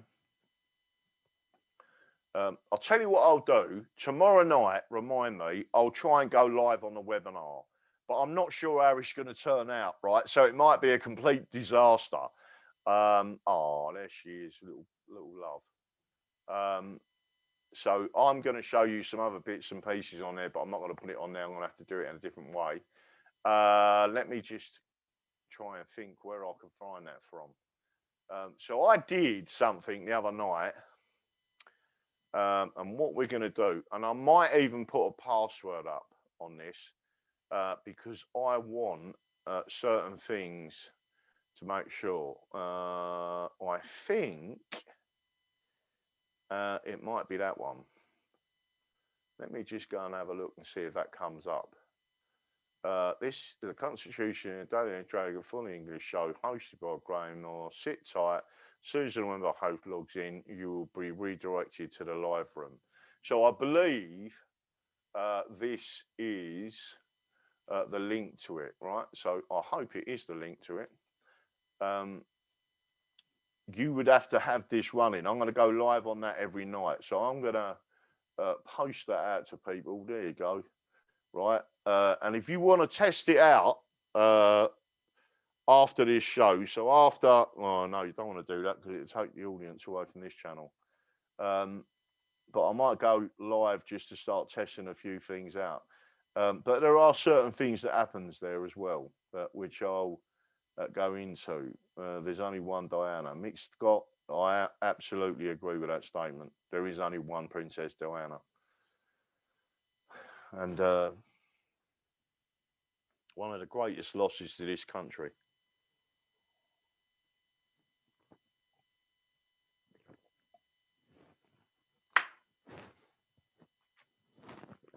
I'm not going to go into any more detail on that, other to say, is there anything else that we're doing? Don't forget to go to my website, and I'm sure the 100% darling mods will send out the information on this. But here, with tobacco sticking all over it, is this. So I'm hoping you can all see that clearly with a great image. There is the image. The Bill of Rights, 1688, Constitution is the solution, and these are available on the shop. My constitutional statutory rights are not affected by the regulations brought under the Public Health Control Diseases Act 1984 or the Coronavirus Act of 2020. By order of the Bill of Rights 1688-89, take back control.vote. Don't forget you can go to the website and pick that up. There are some other things that I wanted to show you in there, and I will be going back on there in a couple of seconds. Let me just ping this out again and tell me if people can click on that. If they want to click on that link, tell me what they're seeing. Hopefully they should be seeing a link there. I will be putting the link out for other people, and I will be putting it on all the other videos so people can start to see where it is. That webinar has been paid for a year, right? So no one, and I mean no one, can take it down. We can literally go on there. There's some other security functions. I'm not going to say too much about the security functions, but I can tell you now, if you're using a VPN, it will know, and it won't allow you to connect, but it will record your IP addresses. So the trolls that have been trolling me will be processed, and we're going to know some of them directly by their IP addresses, which is a good thing. So we just want to carry on with that. What's that say? Give active. All right. Well, I'm live at the moment, so I can't give active a call. Let me just have a little chat. Hopefully, BFB, are you listening to the show? Let's have a quick look. Waking the truth, you should all read The Contagion of Virus is the cause of the disease. Right, let's have a quick look. Diana is alive and in protection. Granny Growbags. Must be a few. Chris Love Outlet. What's this one? Nathan Brompton. Hello. Thought webinar was hairspray. Ha ha ha. That is very, very good. I like that one. Okay, it's now 9:45. So you have seen the elements there. I was just about to take you over and show you something else, and I've forgotten what it was. So what I'm going to do, and I don't want to be showing you that. Let me have a quick look and see if I can show you any of these things. Now, there is a big difference. And again, I've gone into certain things and certain bits and pieces on here. I have got, someone's going to have to remind me to set these things up. Let's clear that out of the way. We are going through certain other bits. There's a law report. And there's certain other elements that I want to pick up on. And I think I've already told people to go and watch a certain video. Again, if you want me to put that out there, I'll put it out to people. Again, it's a great video. No doubt the American audience have already seen it. If you haven't seen it, I'm going to be showing you it on there in a couple of seconds. Now, one of the things that I really want people to has anyone, and this is more to the English audience, has anyone heard anything about did Matt Hancock get dragged to the High Court yesterday and have to give the information to the court? Does anyone know what happened with that? Because I haven't heard anything about it. I've been really busy on other things, so I haven't been able to do the research, and I keep forgetting to go and duck to see if I can see anything about it. So if you've got any of that information, it'd be really helpful. To talk to the rest of you, I am actually going to show you this. Now, I am not going to play it. I am not going to play it. But the video that I've just put out there is, 20 minutes in, contains our friend. And what I'm going to do... Clark and team are putting on...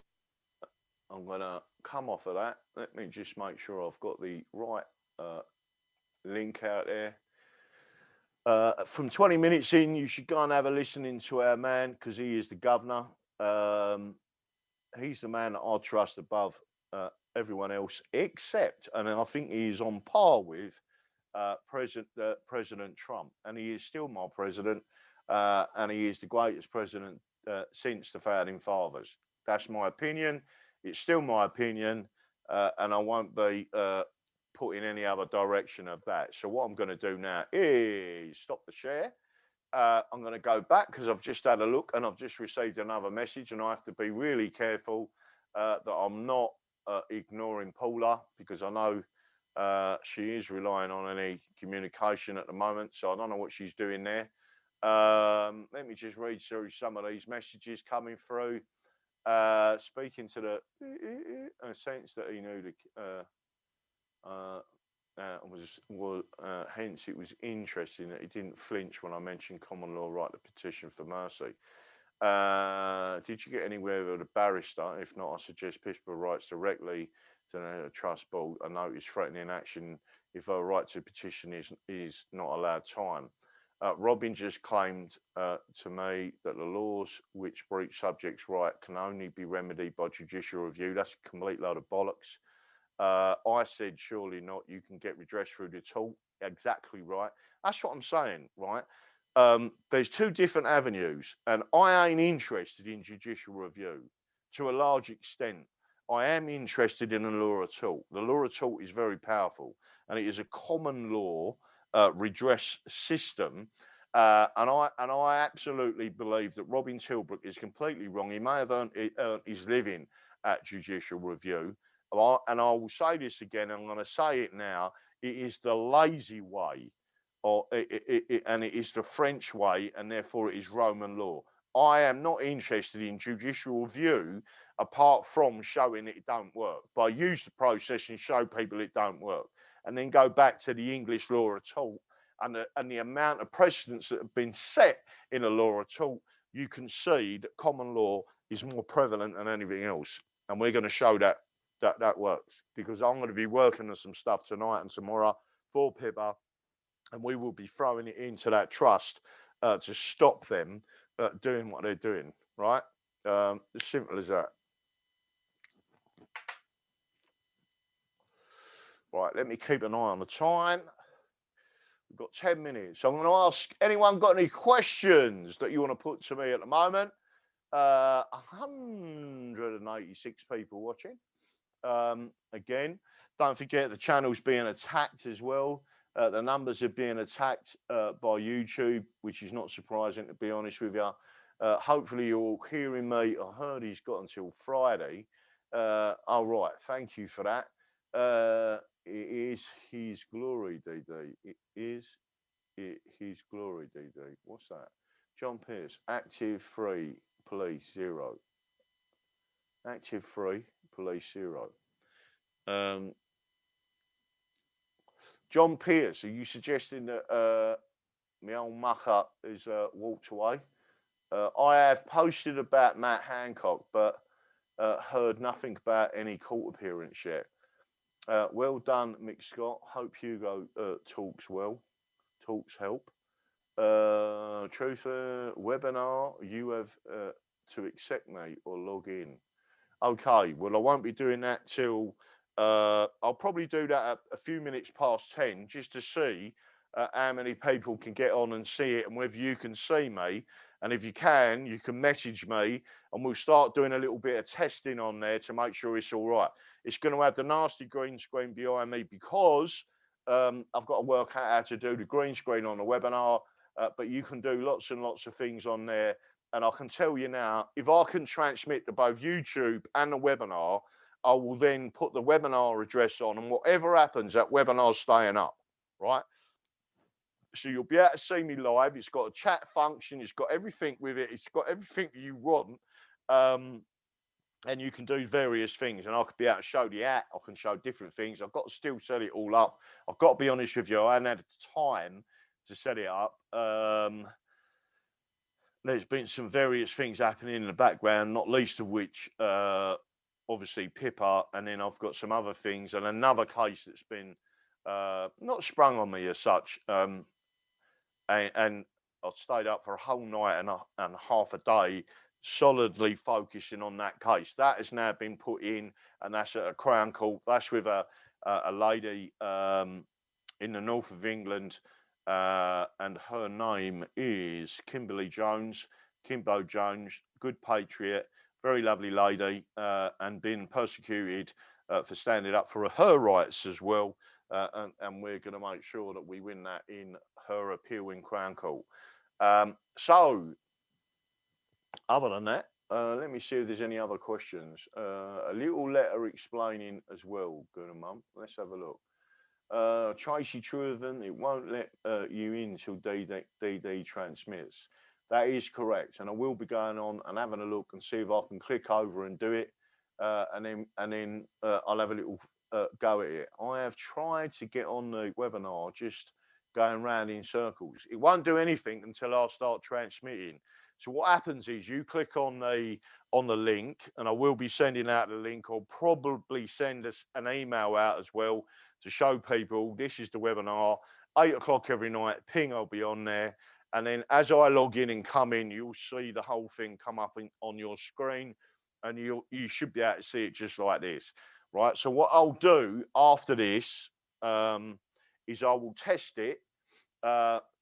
It's not going to be all nice and flowery and everything, but at least you'll know what to expect, right? And that's what we're going to start promoting. Let's have a look. Short ass ever discretion. Oh baby, blah blah blah.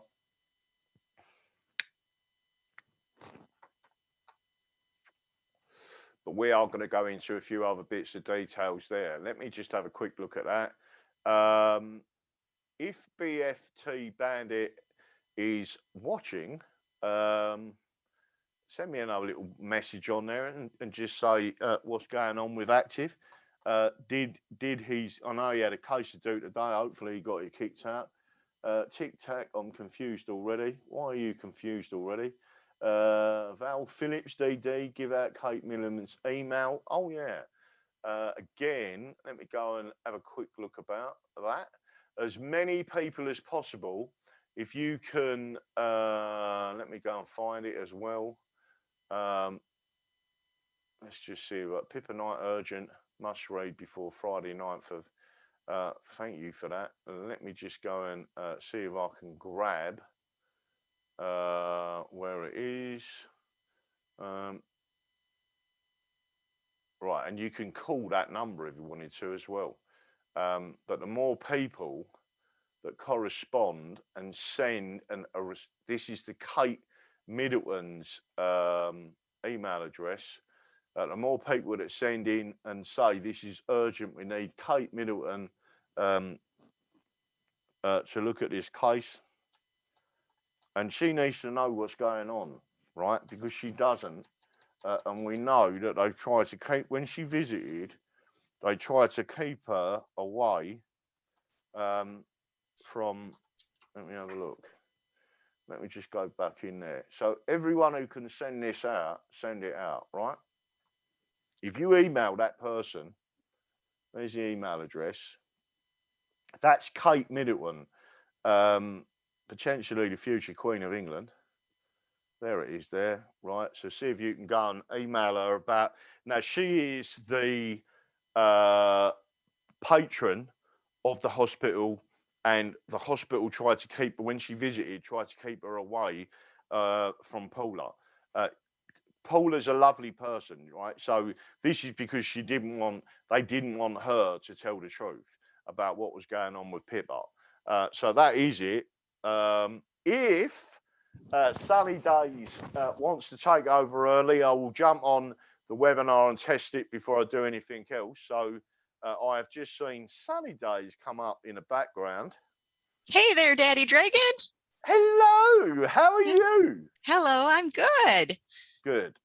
I hope your webinar works. Yeah, so do I. Because it's going to take me a while to configure it, but at least they can't take that down.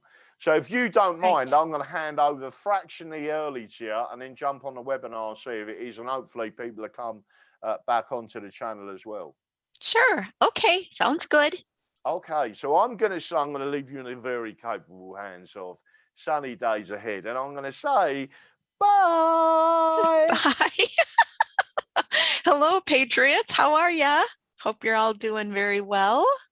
I see y'all out there. I see Val Phillips, and I'm reading in YouTube, Maria Ingram, Keck Rangel, Mick Scott, Val Phillips, David Wesley, Tracy Truthism, BFD Bandit, Steven Stevens, Gunnar Mom, Tic Tac, Jeremy Faulkner Court. Hi. And then I see Ray Edmonds. I see Starwalker and D-Live. I think Soko's in there. I see Factfinder, Thumper Rose. Hello, y'all. All right. Hi, Quentin. Hi, John Jordan. Hi, David Wesley. Hello, Ray Edmonds. Hello, y'all. All right. So I'm going to grab my screen.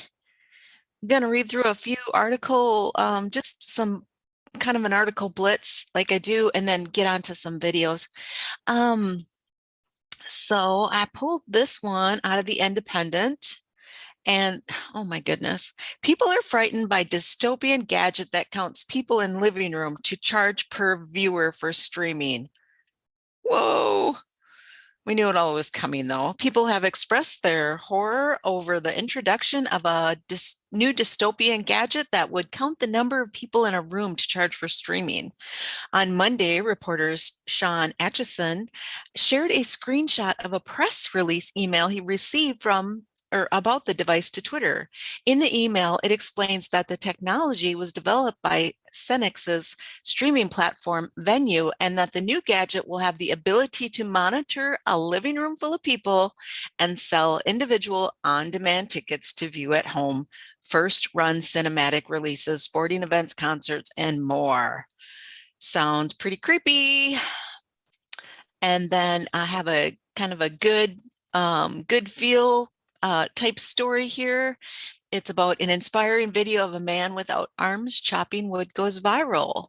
And this was out of Gary and Frankel in the Western Journal, and WND had it.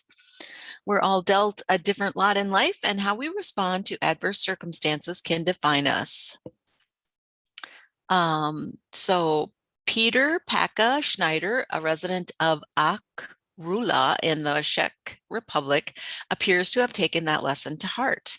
In a viral video posted to Facebook in February, Schneider, who is missing both of his arms, can be seen chopping wood with an axe with relative ease. According to The Blaze, Schneider lost his arms at the age of 12 after suffering an electric shock.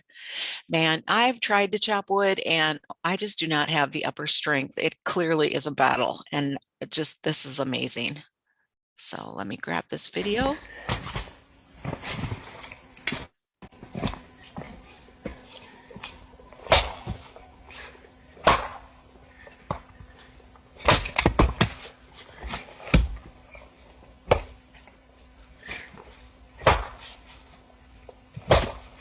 It is amazing what people can do when they put their minds to it, isn't it? It's wow.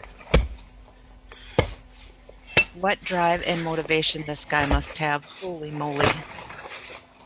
And kudos to him. Wow.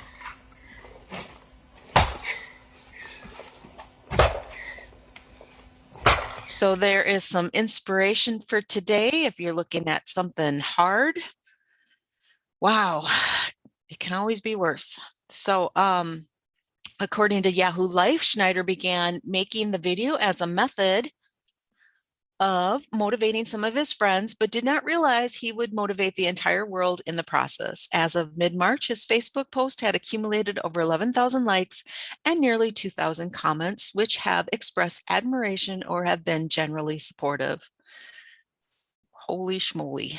All right, on to a Breitbart article. Veterans get surprise 97th birthday parade. It's a wonderful life. So I'm going to, and it's by Catherine Rodriguez. A 97-year-old veteran got a surprise from his community for his birthday that he will never forget. A veteran of World War II, the Korean War, and the Vietnam War, George Van V. Coven goes by Van in his community and is known for telling captivating tales about his time in the Air Force. So his community decided they wanted to give back to this special member of their community. Local restaurant Mission Barbecue, members of local motorcycle groups, the Hanover County Sheriff's Office, and the fire department, the American Honor Guards, made a collective effort to celebrate Van's birthday with a parade. So Van is a VIP and does at Mission Barbecue, and he's part of his family. Our family said Faith Sipe, community ambassador with Mission Barbecue. When I heard that he was turning 97 years old on April 2nd, I thought it would be nice to have one of those drive-by parades. So he shared the secret to his longevity was having his wife around. I think having a good wife, that's the main thing. I stole my wife from my buddy when I was 18. He said, how about you take me to see my girlfriend? I took one look at her and said, that's the girl I want, he said. So Van's a kind of a stinker. So 4 generations of Van's family were present for the parade, and despite all the pomp and circumstance, Van is grateful he gets to live to see another year. I'm lucky I got to see grandchildren. It's a wonderful life.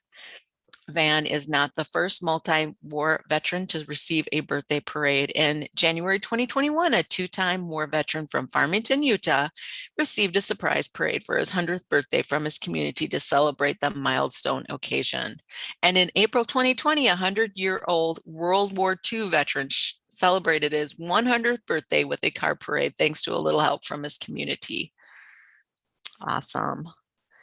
I just like to keep it a little light, you guys. The news is so heavy, and every day there's some crazy thing that's happening. And so I hope if I give you a little smile or a little twinkle in your eye or a smirk, so be it.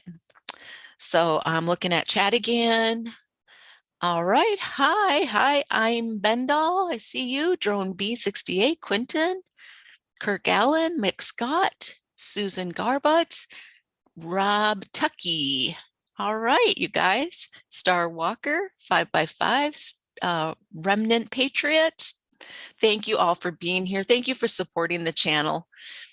And so this is just, this goes in crazy. Portland school delays vote for new mascot over fears of evergreen trees having possible ties to lynching. Yes, you heard it, folks.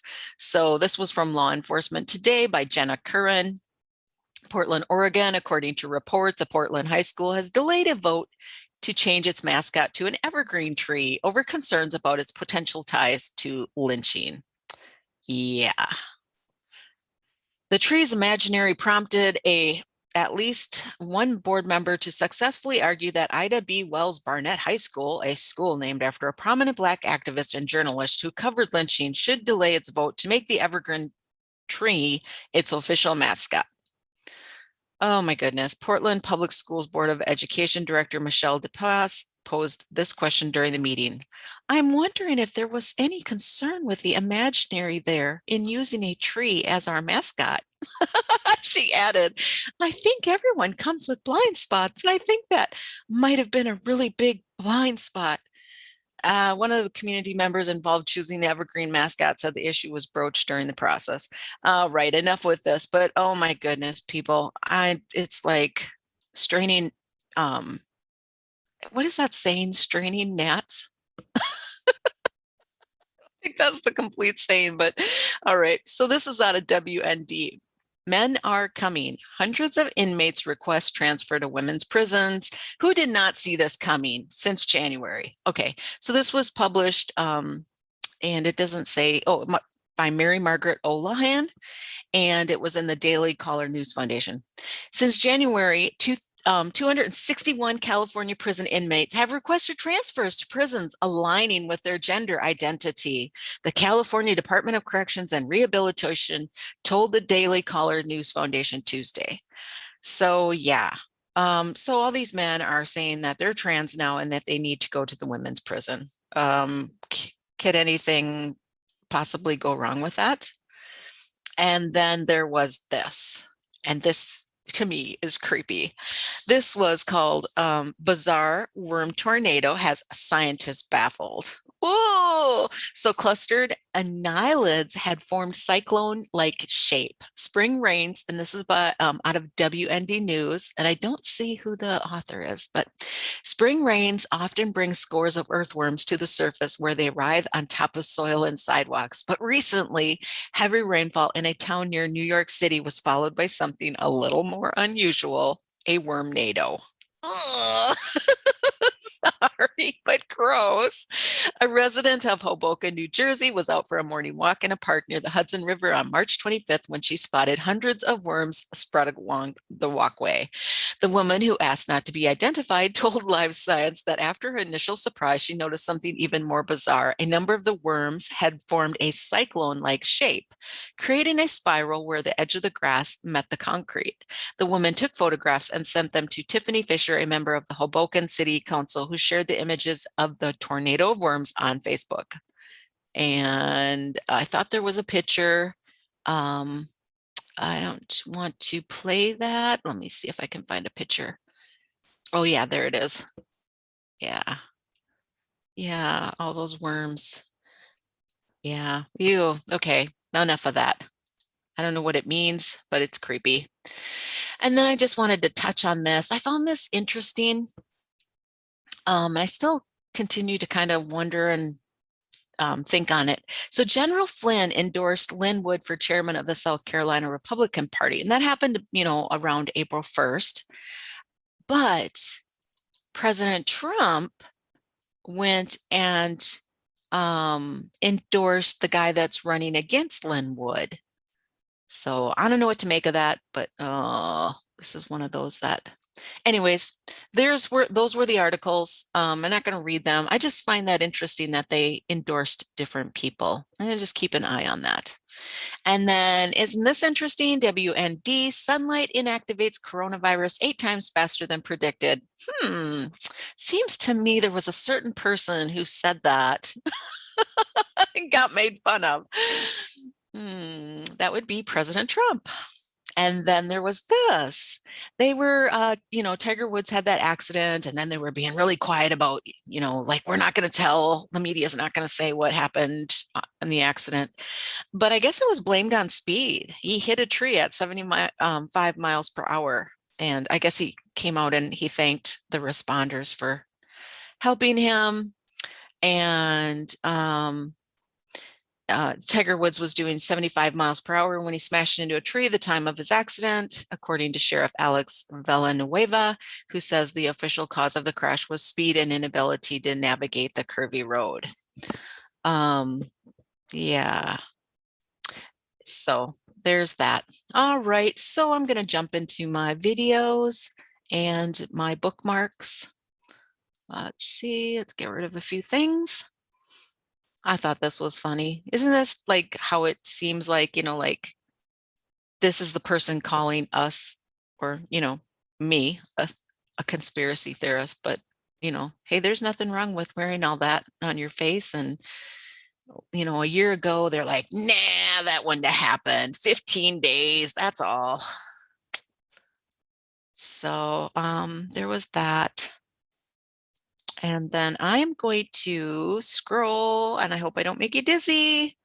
Sorry if I do, but I need to get down here. And got my video clips ready. There's some I saved just to watch them because I think they're so hilarious. I thought this was kind of funny. I got a chuckle.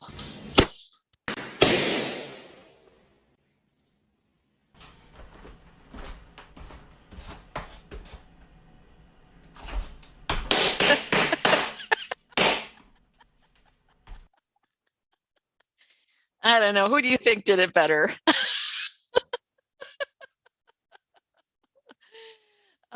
And then have you guys seen this video of Marjorie Taylor Greene? Holy schmoly. She says, this is my COVID protection. And I guess she took a lot of flack for it. But man, this girl's strong. Whoa.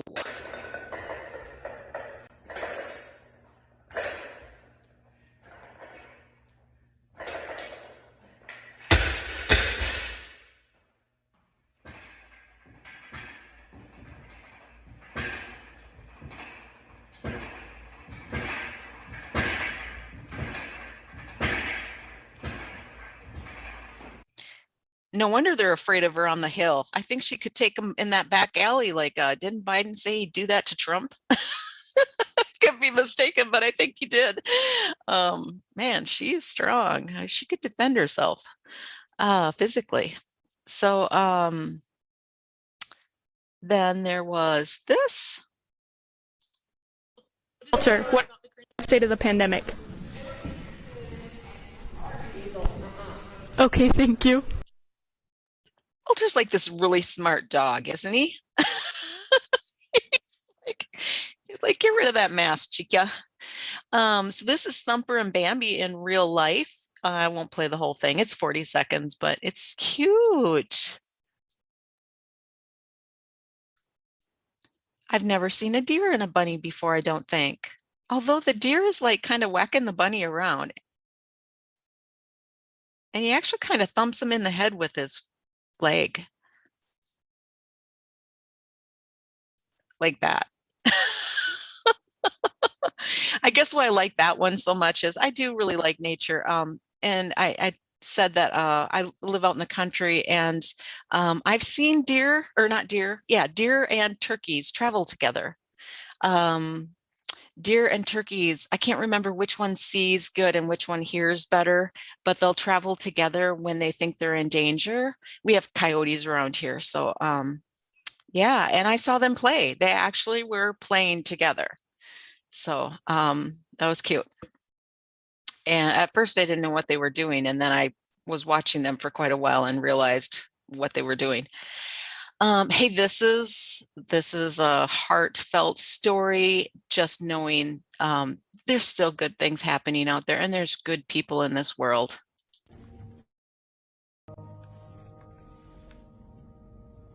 And I'm going to grab that again just in case you didn't see the first card.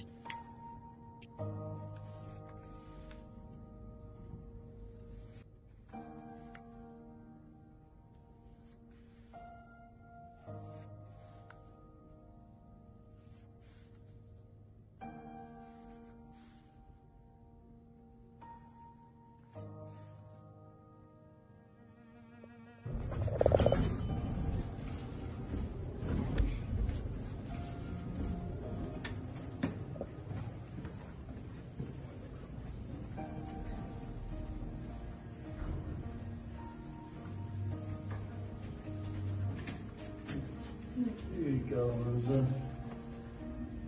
This is the biggest apartment in the building. It's crazy. Nice Really? light. I know, it's so beautiful.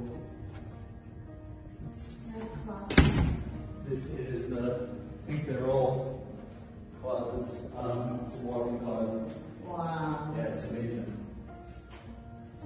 Yeah, this place is unreal. Lizzie mentioned a lot about your contributions to people in the building, and I know a lot of people here in this building are a big fan of you, and they love you very much.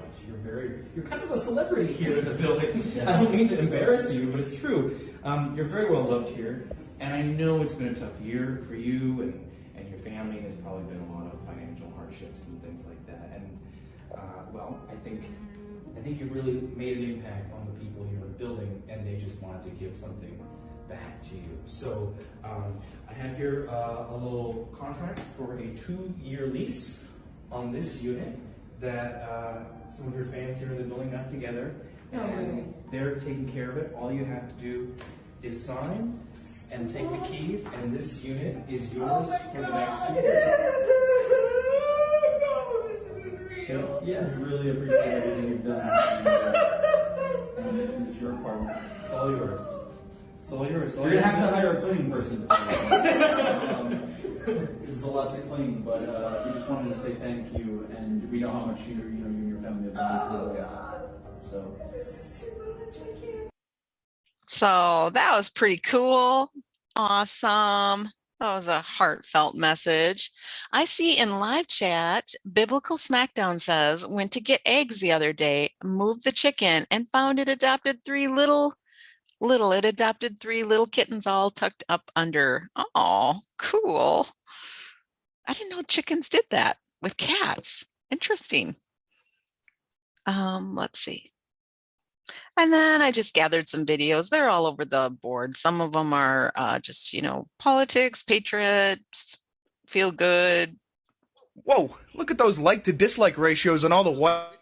But it seems that this is only half of the narrative. Because on every single video, there are thousands of missing dislikes. Dislikes deleted by YouTube. Such as this video, which YouTube tells you has a 40% like to dislike ratio. In reality, has a 5% like to dislike ratio. A 1,100% difference. 81m.org. All it does is take the YouTube API, updates every 10 minutes the like-dislike ratio, and it captures a very obvious manipulation attempt by big tech. This might seem petty, just sort of like-dislike ratio, what does that matter? The issue is that reality is what you perceive it to be. If you are being told that insanity is normal, you will begin to believe that it is normal. You will begin to believe that you are insane, you are the odd one out. Why are the scum of the earth allowed to exist on social media but conservative voices are not? It is to create a false consensus. Their actors, their agenda must be seen as default. Their opposition must be controlled. There are two ways about it. Manipulation, gaslighting, evil.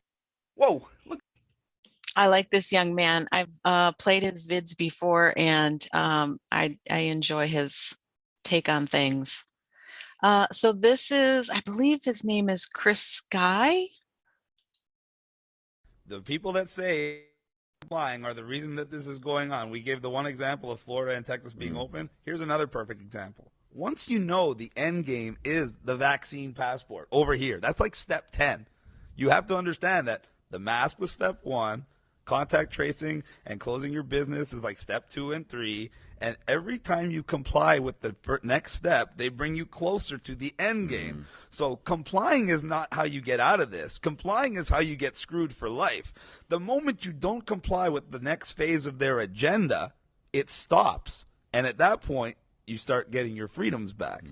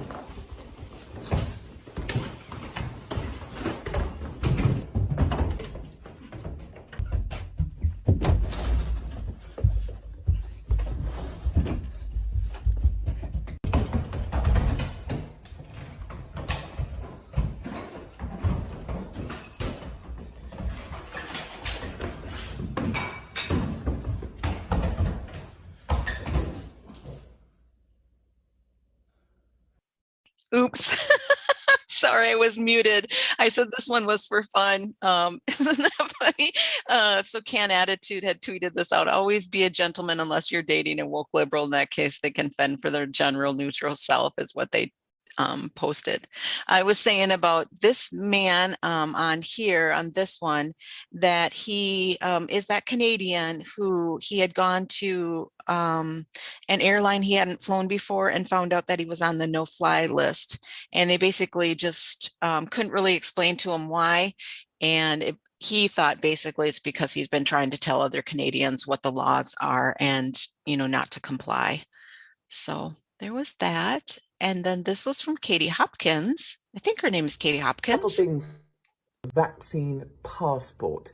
Number one, they're really going for young people on this. You've seen the list of things you're not going to be able to do without a vaccine passport. And it's basically everything that's fun for young people will now require it.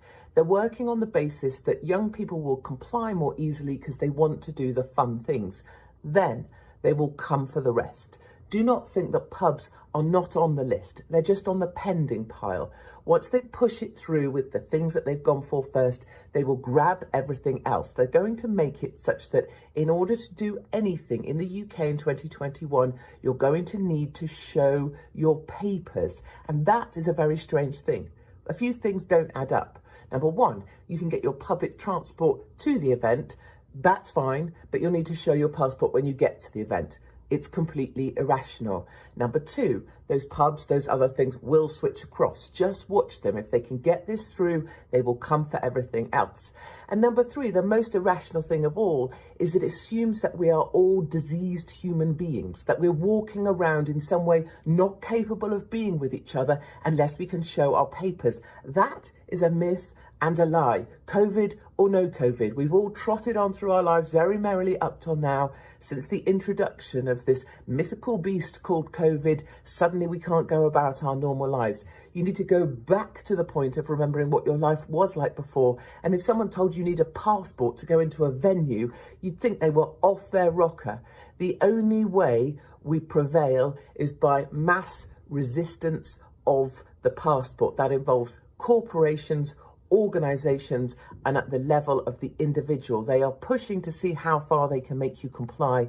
Our only way of getting out of this is by you being willing to resist. Interesting. So then there was this. The reason I believe in God and I put God first in everything is because that's what my family taught me. But some of y'all don't know nothing about that, because all you do is make your family want to turn away what you're talking about, because all you want to do is complain and judge them for what they do. And y'all say y'all hate church and Christianity and all that because they judgmental.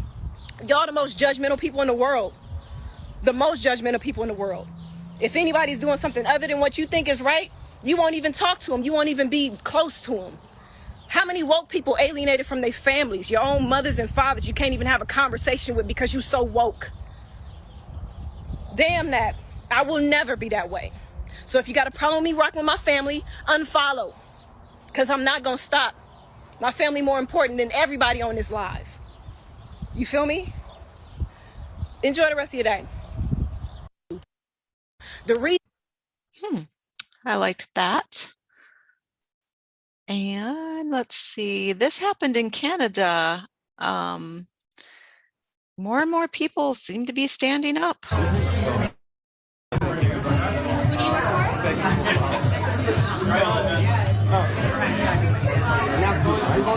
just got file on health inspector here. I am a woman and I follow common law, so I have no jurisdiction over me. But you see the signs on the door there, so no trespass. Okay, and you understand what you're doing here, you're trespassing on my private property? You don't agree? Okay. All right. Well, you are. You're going to ask to leave. Get out. Get out. Get out. Get out. Get out. Get out. Get out.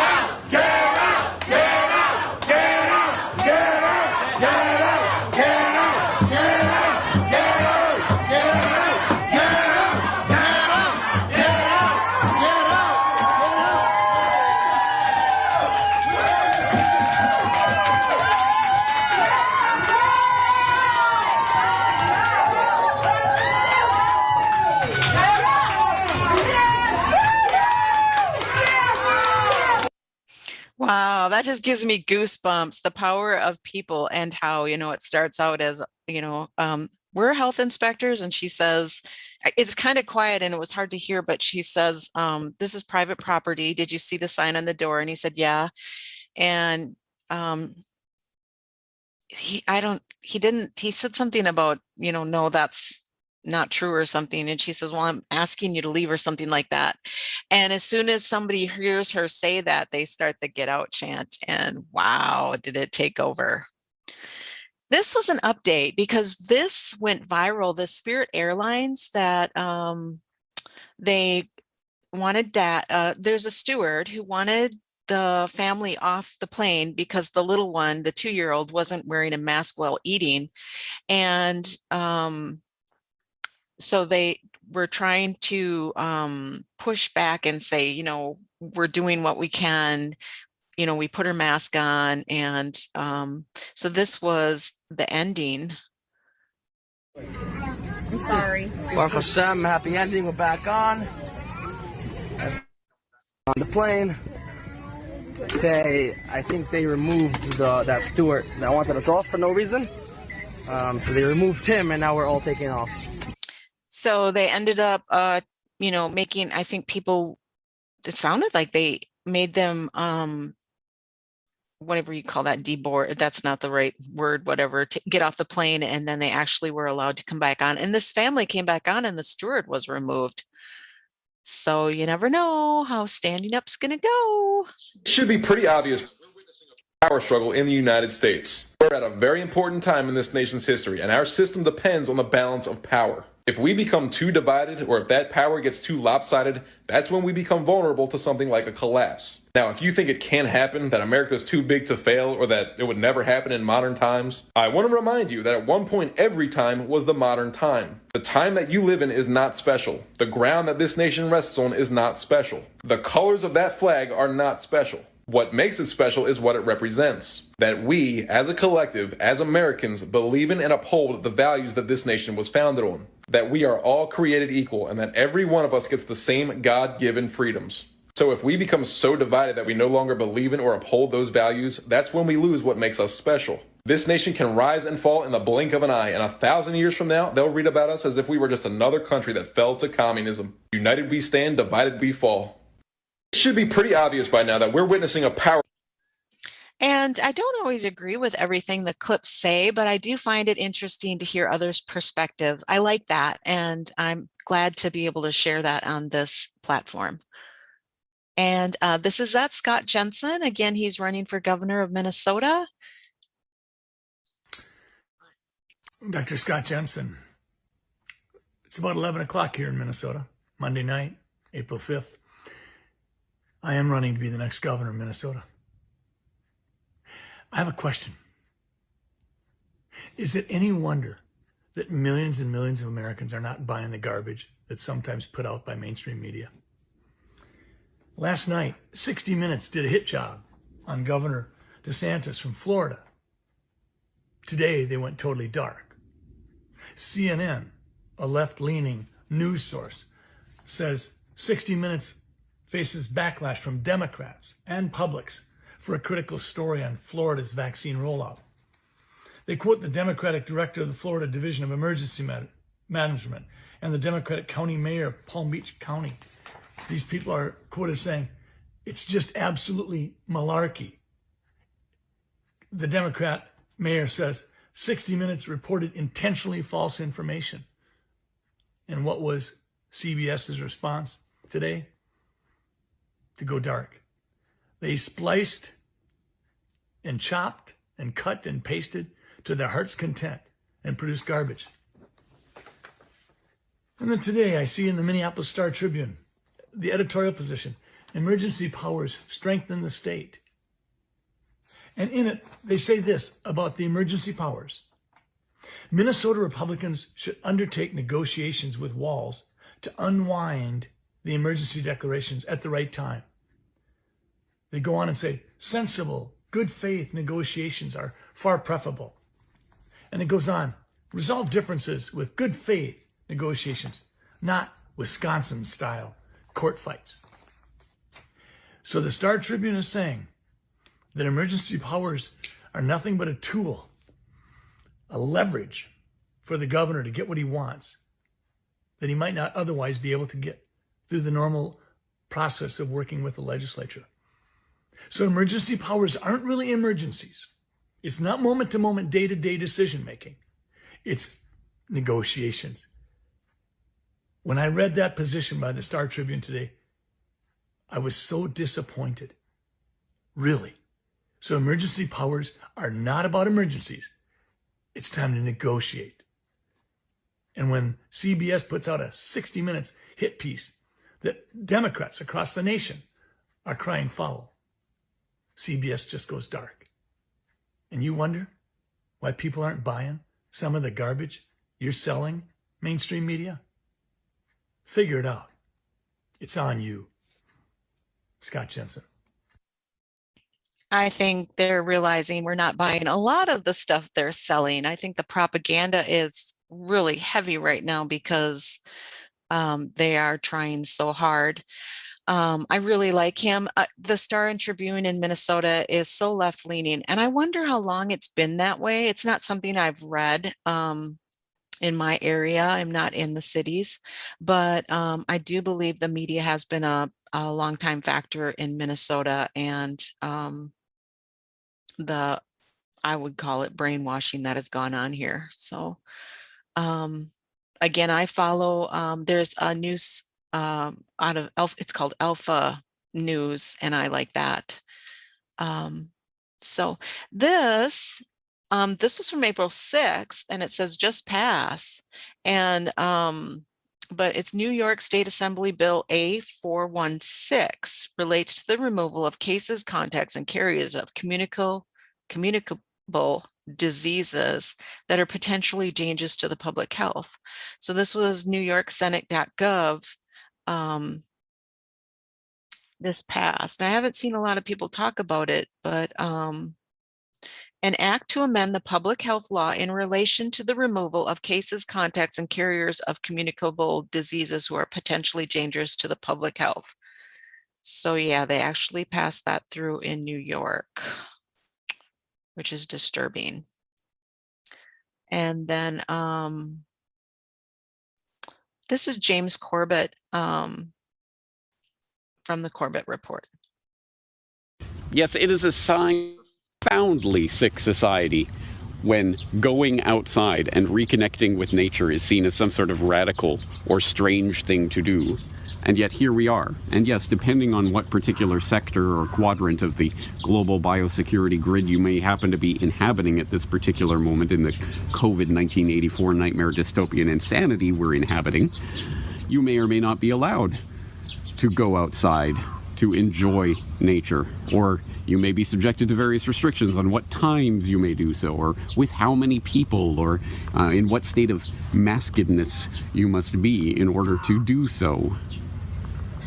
How utterly deranged is it that we are being told to stay inside our homes, masked up and 6 feet apart from other human beings at all times, in order to preserve our health?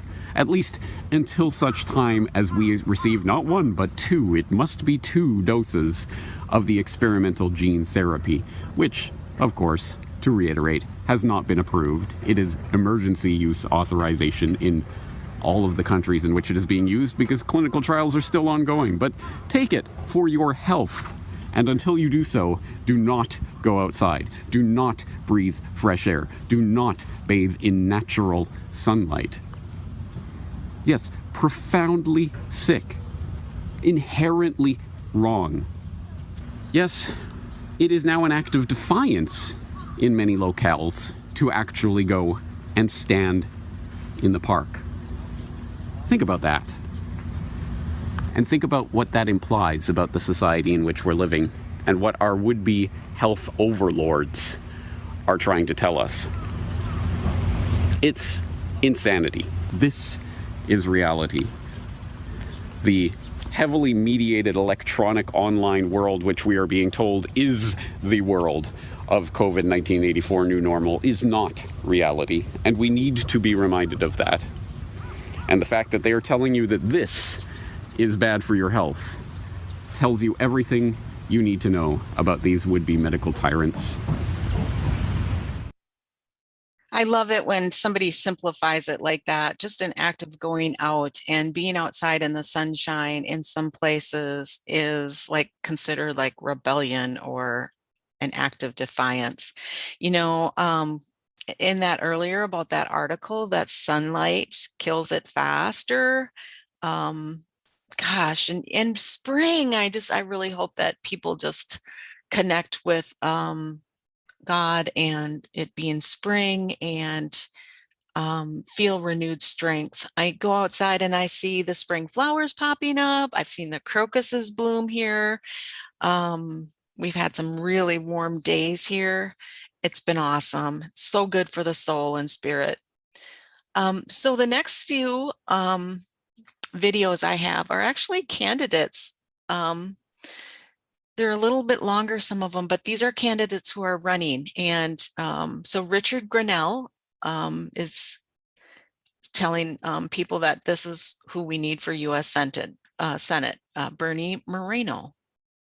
Many years I boarded a plane for America with my 5 brothers, my sister, and me. That flight changed our lives forever. I came from a country surrounded by the ideology of radicals like Fidel Castro and Che Guevara, who promised to give everyone all they needed and solve all their problems, just like Bernie Sanders and AOC are doing today. That's the exact opposite of American democracy and the American dream. But Biden, Harris, the extreme left, their allies in the media, big tech, and universities push socialism at every turn, using cancel culture to completely silence us. That's not what drew my family to America. This is personal to me. My parents came here legally because they wanted us to see that in America, we could accomplish anything, but only in America. I started as an intern at General Motors and made my way to the top of the automotive industry. That's the first business I built. I put every dollar I had into it and then some. I've started new companies that create innovative technologies that improve people's lives and shared my successes with the community. I'm running to represent the people of Ohio in the United States Senate to protect the American dream for the next generation. If we're going to protect this country from the socialist left and keep this precious idea built on the concept of freedom, then we need outsiders who back up their words with action. I won't take money from corporate PACs. I strongly support term limits for DC politicians. I'll crack down on China and get our great private companies to build a supply chain made right here in America. And no one will fight harder against the cancel culture of the socialist left. 4 years ago, we sent Donald J. Trump, an outsider and businessman, to Washington to shake things up. And he did. We need to protect his victories. Buckle up, Ohio. We're just getting started. And I do really hope that these people are sincere and legit and genuine. Here is another one. Let's see. Shoot, I thought I had a couple more. Maybe I don't. I could have gotten rid of them. I'm sorry. I thought I had 2 more, but oh, Kathy Barnett. I'm Kathy Barnett, and I'm running to become the first Black Republican woman elected to the U.S. Senate. I'll be the voice we need to defend our rights. And this was tweeted by Chad Prather. In 1860, this was a battlefield where a clash for freedom was fought. The Emancipation Proclamation gave more than 3 million Blacks their freedom. But in the decades that followed, people who looked like me could not fully integrate into the fabric of this nation. We couldn't even register to vote. Today, not only can I now vote without fear of violence, but I can run for office too. But there are still deeply personal and demeaning hurdles we must overcome. Because now the issue isn't just for someone who looks like me, but it's for people who think like me as well. People who think like me are being canceled, bullied, fired, threatened, and deplatformed. We're told that Black Lives Matter, except of course my Black life, because I'm a Black conservative.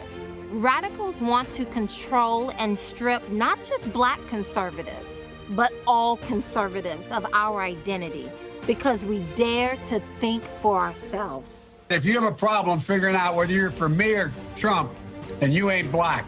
The white man that sits at 1600 Pennsylvania Avenue believes he has the power to take away my Blackness because I'm a conservative. But I will keep on. I will never let the words of another define me or determine my value. You can try to demean me or call me names for what I believe, but Joe Biden, after the November election in 2022, you can call me something else, Senator. Because this determined Black conservative woman is going to become the next United States Senator from the Commonwealth of Pennsylvania. I'm Kathy Barnett, and I will not be bullied into silence. As Americans, we are blessed to live in the greatest country this world has ever known. And only in America can a little Black girl who grew up on a pig farm, raised in a home with no insulation, no running water, an outhouse in the back and a well on the side, overcome every obstacle and shatter every glass ceiling intended to hold her back. Joe Biden might not think I'm Black enough because I won't just shut up and do as I'm told. And DC might not be ready for me, but I've never been more ready for this fight. I hope you would join me on this journey. I can't do it alone. Together, we will keep on and send a message to Joseph Robinette Biden Jr. that his words will not define us, that he cannot belittle us, and he cannot stop us from electing the first Black Republican woman to the United States Senate. I'm Kathy Barnett, and I approve this message. Wow, again, I thought that was powerful. Gave me goosebumps. Okay, so the dog, I think the dog thinks someone's here. So let me get to a next video. And this is Carrie Baxter Donovan. I support this group and these awesome leaders. Look for some great articles on our work coming out soon. This was from April 5th, and it's Bianca for Texas.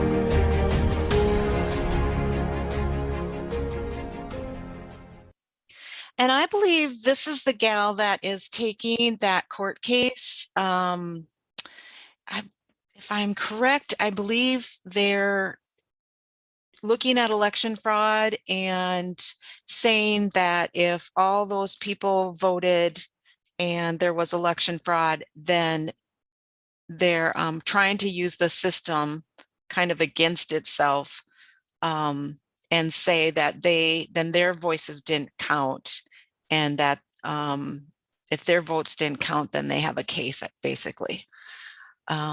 So there was that.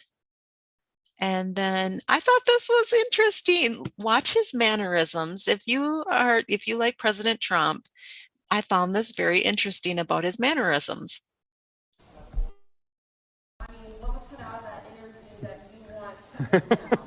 They cut out everything that showed that their narrative was a piece of horse manure. And it shows you how dishonest, these are smear merchants. That's why nobody trusts corporate media. They are a disaster in what they're doing. They knew what they were doing was a lie. I knew what they were doing was a lie. Everybody here knows what they were doing is a lie. They know. And I'm just going to stop that because I do wonder if maybe this was somebody, I know somebody redid this I Donald Trumpo, but it could be commercialized. Know that we know they're lying, and yet they continue to lie. And they lied and they lied and they lied.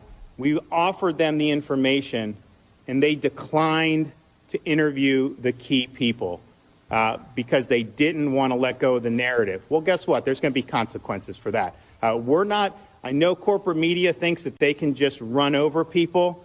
You ain't running over this governor. I'm punching back.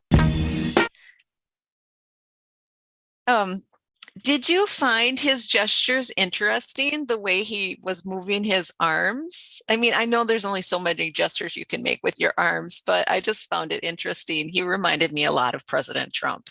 I just had to say it.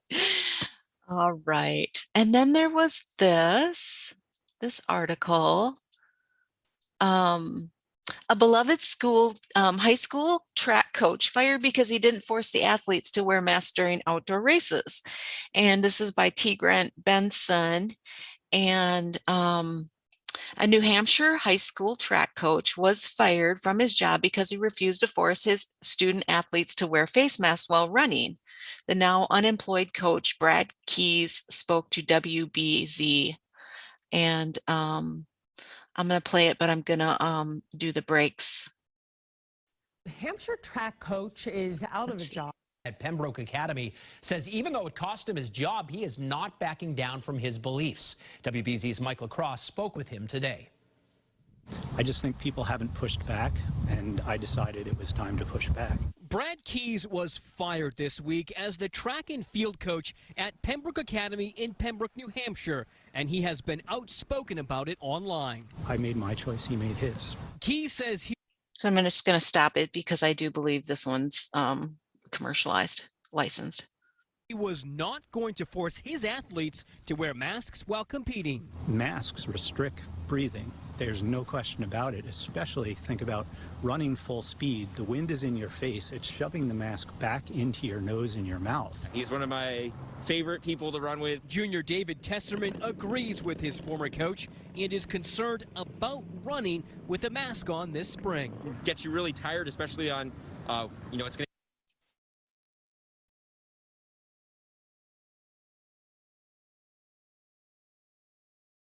to get up to 80 degrees soon, and it's going to be really hard for us to keep doing what we like to do.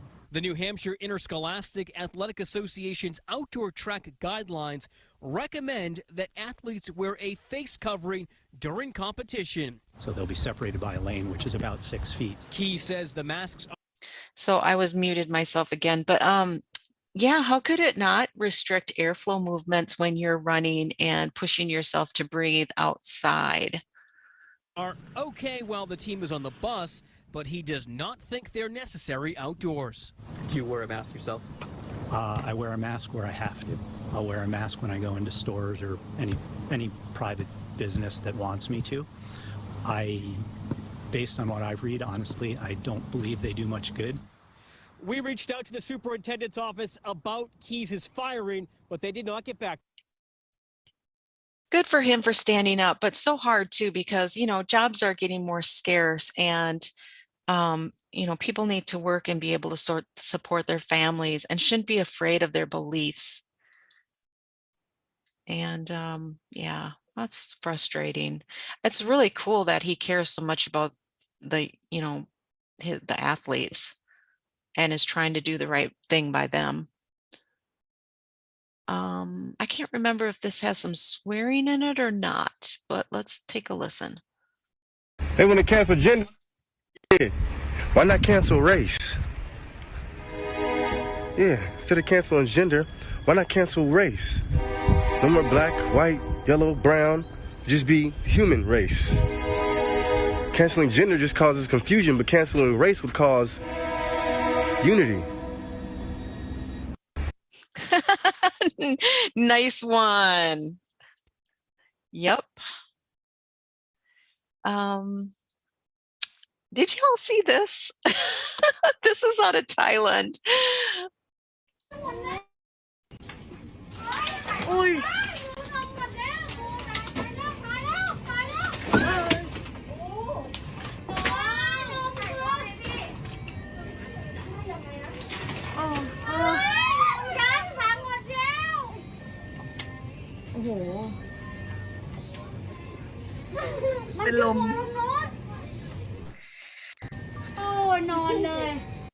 I don't know what I would do if I was in the store with one of those things, but I suppose if I was in Thailand, I might be a little bit more used to it, but they're kind of scary.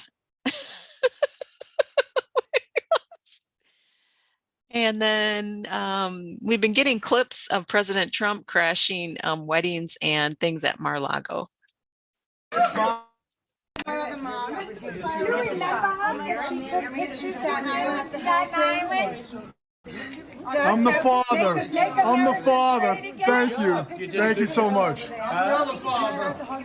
Yes, you are. Oh my God. Oh my God. And that's the groom. Where's the groom? Handsome. Look at his shoulders. Thank you, sir. Nobody gonna mess with him, right? No. They're the best.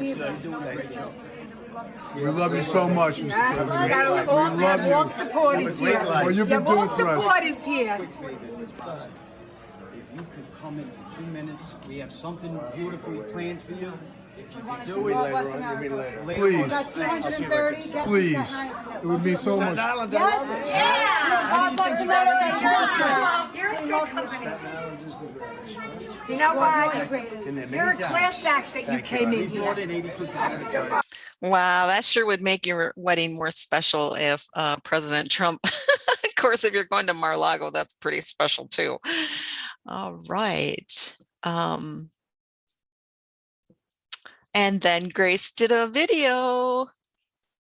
I thought nobody would, because you'd have these 6-foot social distancing utensils. They'd be really scary. No. The dentist has been rooting around in our possibly asymptomatic biowarfare septic tank saliva mouths for a year. But the barman, he can't give you a pint. The hairdresser, she can't touch your hair. God forbid you got a wax. You can't go to the gym or any Get Fit class. You can't give a hug. You can't go out into the golf course. You can't get a music lesson. Your kids can't play sport outdoors. God forbid you touched anything that wasn't essential. But our dentists, they can root around in our possibly asymptomatic biowarfare septic tank saliva mouths. Maybe we should all identify as dentists. Then we'd be grand. I thought nobody would ever go to the dentist. Or we could identify as trans-vaxxed.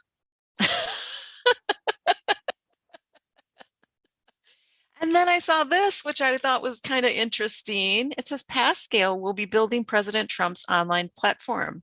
Now, I'm not sure if this is true, but this is a clip.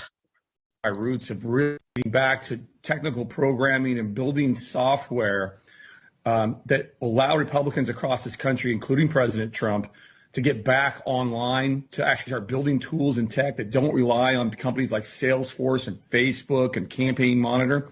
So as you can see the hat I'm wearing, that company is called Campaign Nucleus. It's gotten a lot of attention lately. We've written out now a platform that's now operational. This week, we're going to see big announcements from the president, of new Campaign Nucleus tools coming online. We're now not going to rely on them anymore. And I'm going to provide the entire Republican Party, everybody center right in this country, including organizations and nonprofits, a platform where they don't need anybody in the tech industry, that I won't cancel them. And they'll have the rights to do everything that we see from all those left companies, but have a platform that's more affordable, that doesn't take our money and take it to the liberal causes. And if people don't know this, I don't know what this, where this was even from. It doesn't really have any identifying marks on it, but yeah, I found that interesting that Brad Parscale would maybe be building President Trump's. And he does say something about building the GOP's, thing, so platform or whatever. Anyway, let's see. There was this one.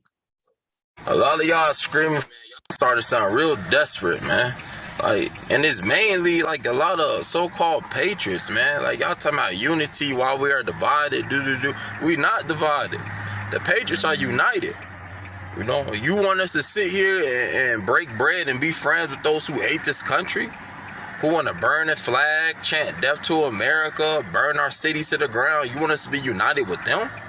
If that's the case, you might be the enemy. That don't make no sense to me at all. Why y'all keep talking about unite with them? What kind of sense do that make? On top of that, they don't want to unite with you anyway. Like, at all. We all call domestic terrorism, or if you white, you call it white supremacist. Like, I don't understand when y'all be like, unity, bro. Like, unity's here among patriots. Other than that, the lines has been drawn. Stop screaming for unity with people who don't even like this country, man. That don't make no sense to me. I'll never unite with them. Again, I don't agree with every video I see or perspective, but I do like to hear different people's perspectives and opinions. So I'm getting down to my final times. I'm just looking quick to see if I have a few more. Oh, and this, Jack Hanna diagnosed with dementia. Family says his health has deteriorated quickly. That was 4 hours ago from Breaking 911. I do have this clip I found rather funny. It's got some swearing in it. This one I found this one made me laugh. I'm going to play this one. I don't know if this is like they got the jab and their reactions to it, or what this is about. It's in Spanish, so I don't read Spanish. But it does say this right here.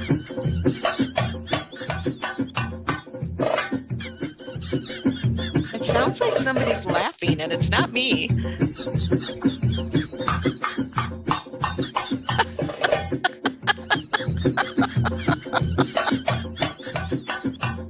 That's me.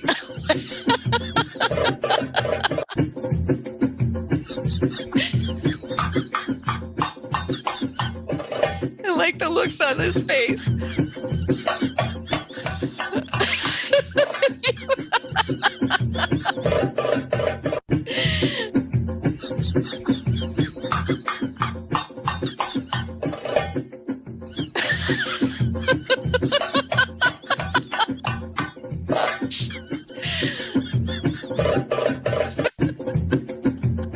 I like this one too. The other woman is looking at her like, what the heck is going on with you?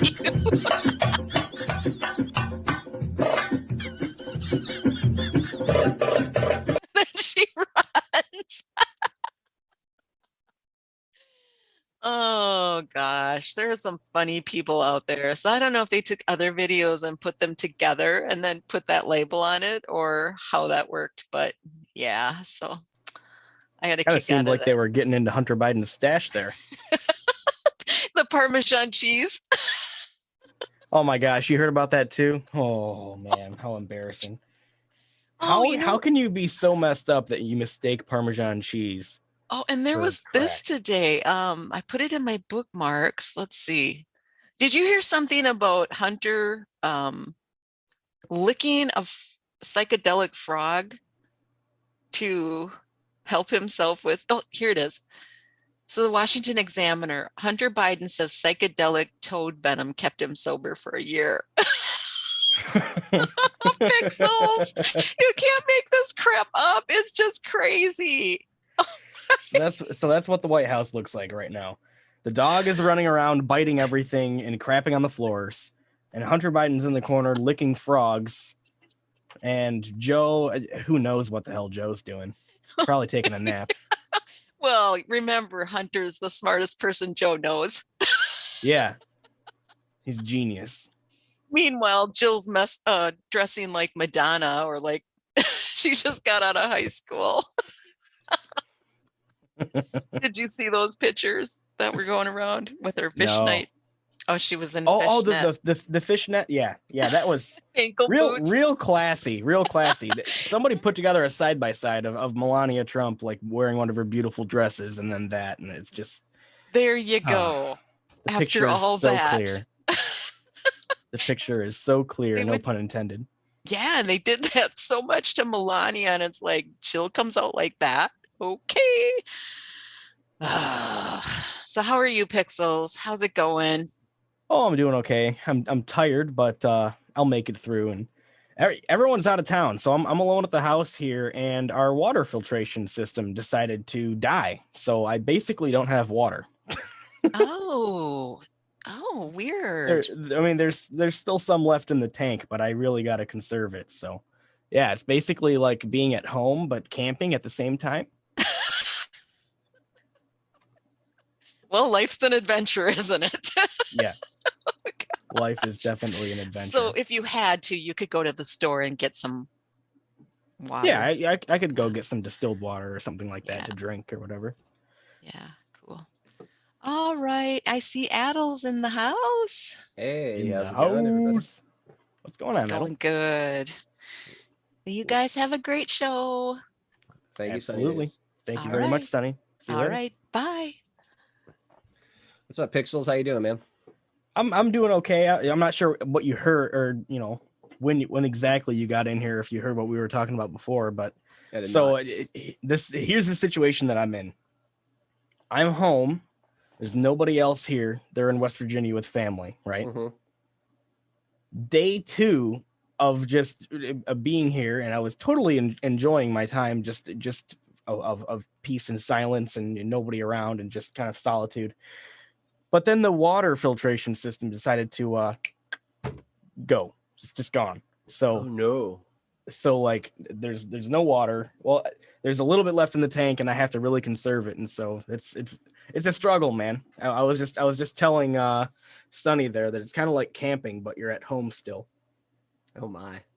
Yeah. Oh my. Well, good luck, man. That's rough. That's rough. So you can't get any running water at all then. So if I remember, your house is kind of set up that way.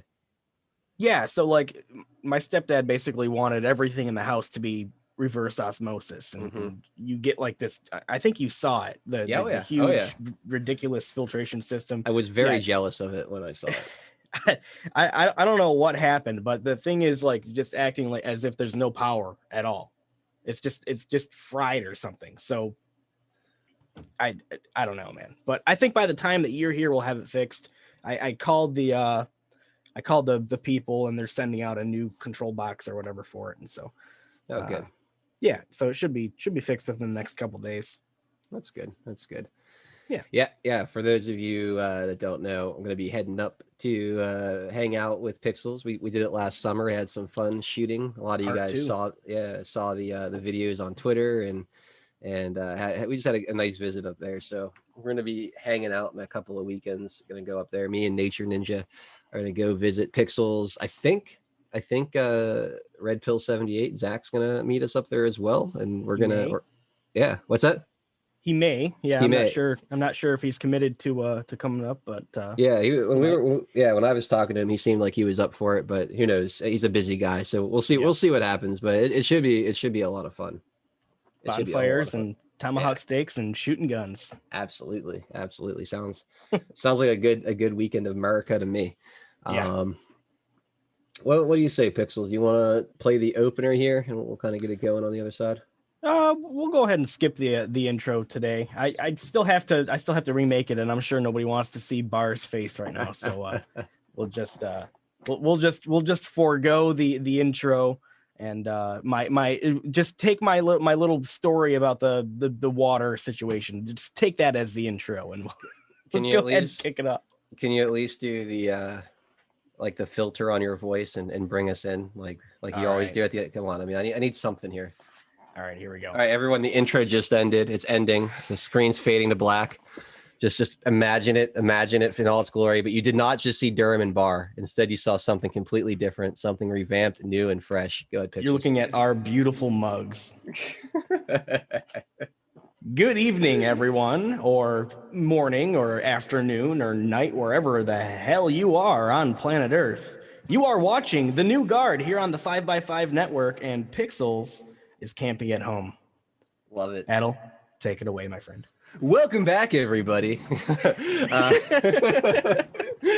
I'm sorry. I gotta have a little fun. I've been, whenever the power hour, whenever I don't get like at least 10 minutes between the power hour and here, I feel a little loopy, going on that third hour of straight broadcasting. So we gotta. I'm sure you would feel loopy after going through all that crazy news out there. Yeah, no, it's we're just having some fun.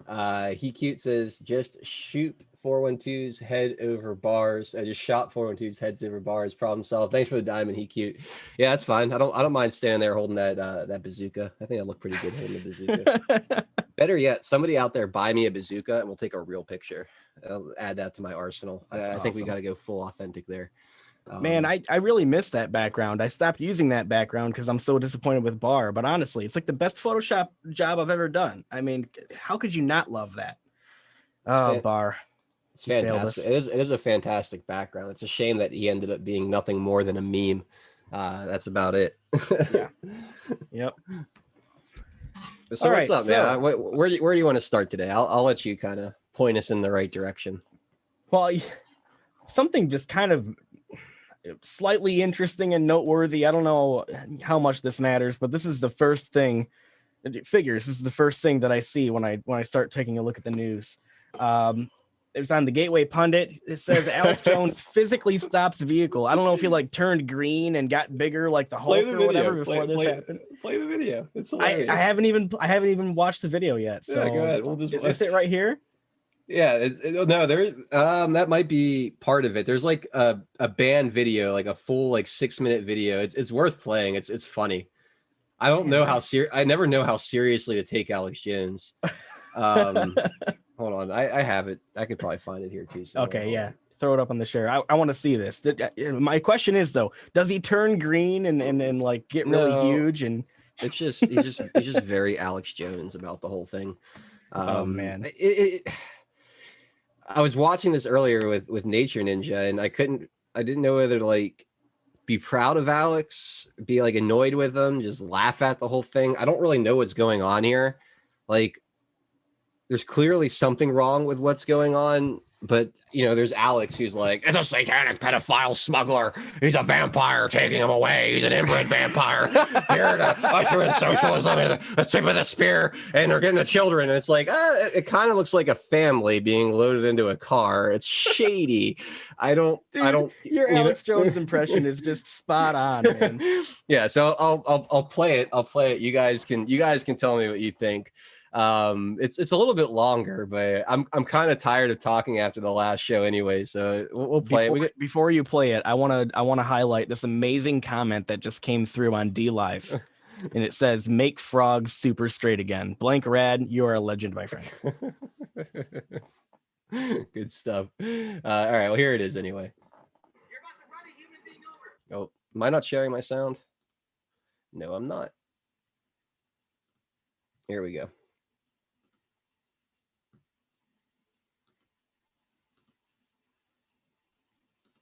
Why? Where's the play button?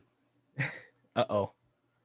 Let's just appreciate that freeze frame though. Yeah, right. Look at the look on his face.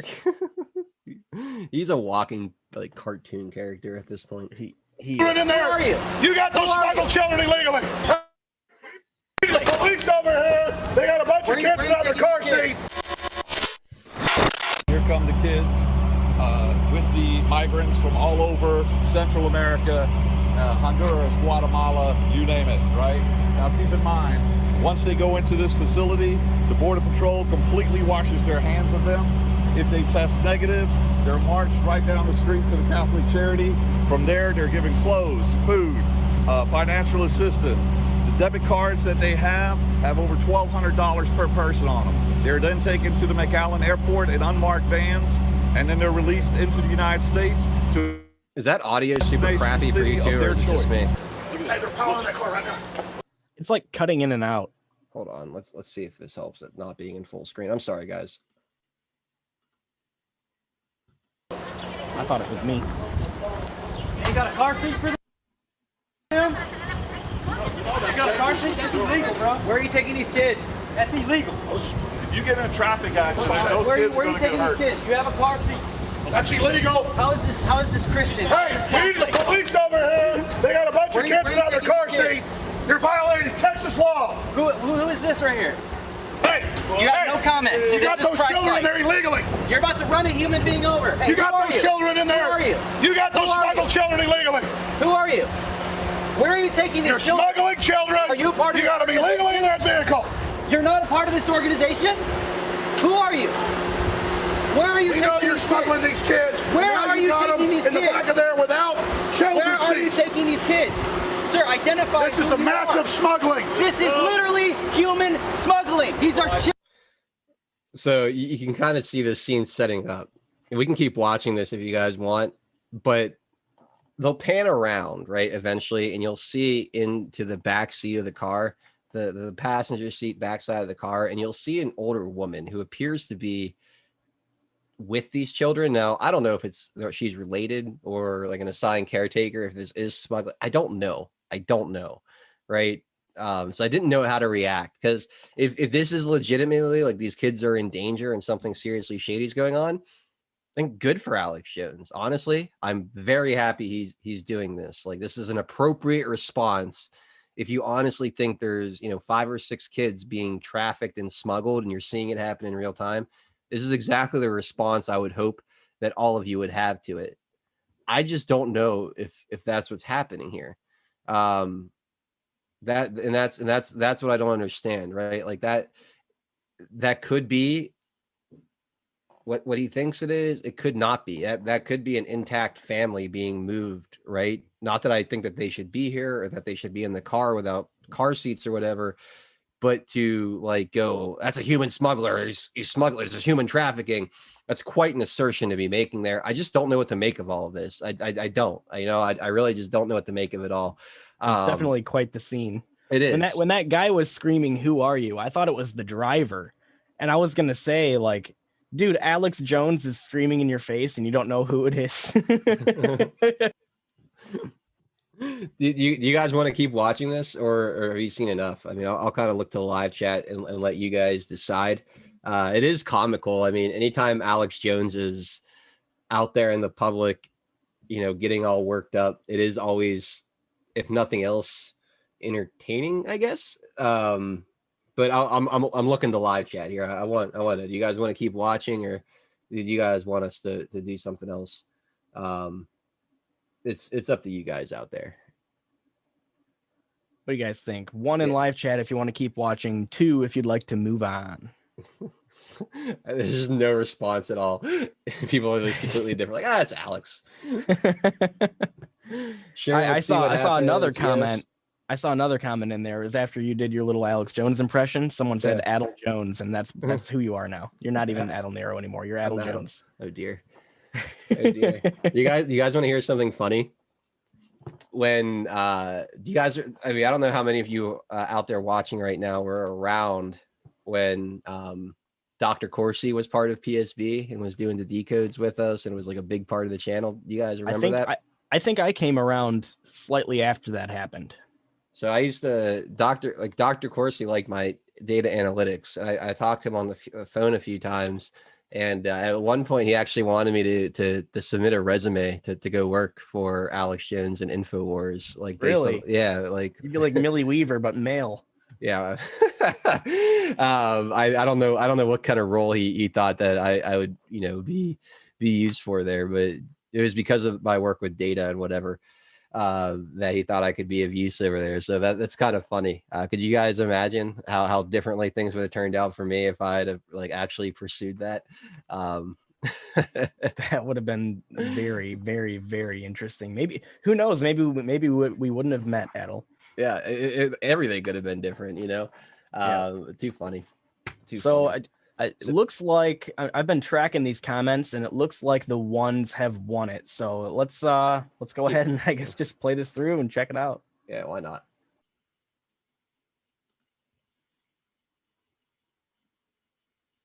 Children, where are you taking these kids? And now, sir, where are you taking these kids? They don't even have car seats. Sir, they have their seatbelts on. Their seatbelts aren't even on. Where are you taking these children?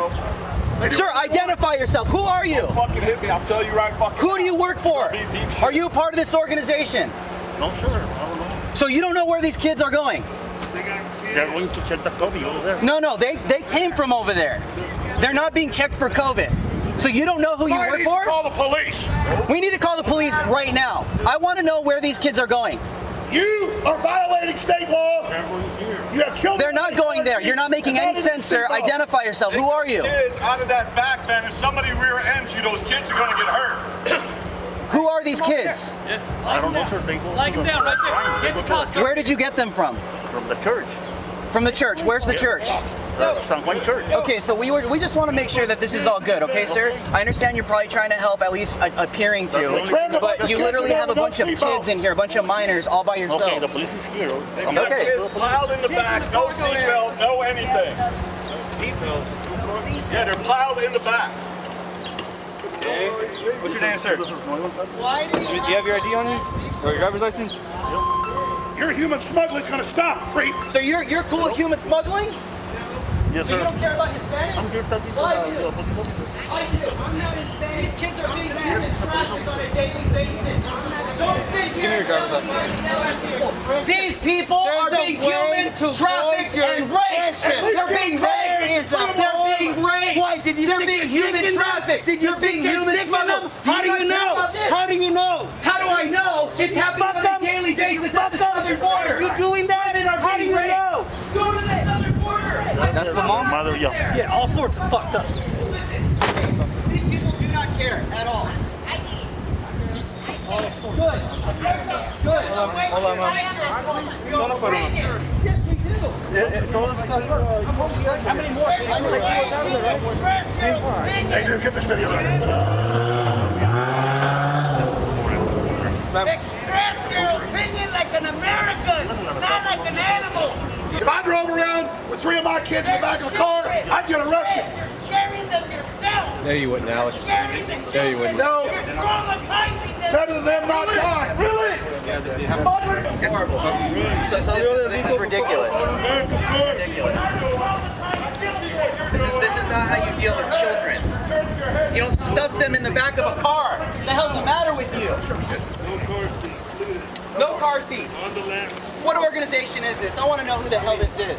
Stuffing kids in the back of a car without any seatbelts on. What kind of Catholic organization is this? Jesus stuffs people in the back of a car? You should be ashamed of yourselves. Every single one of you.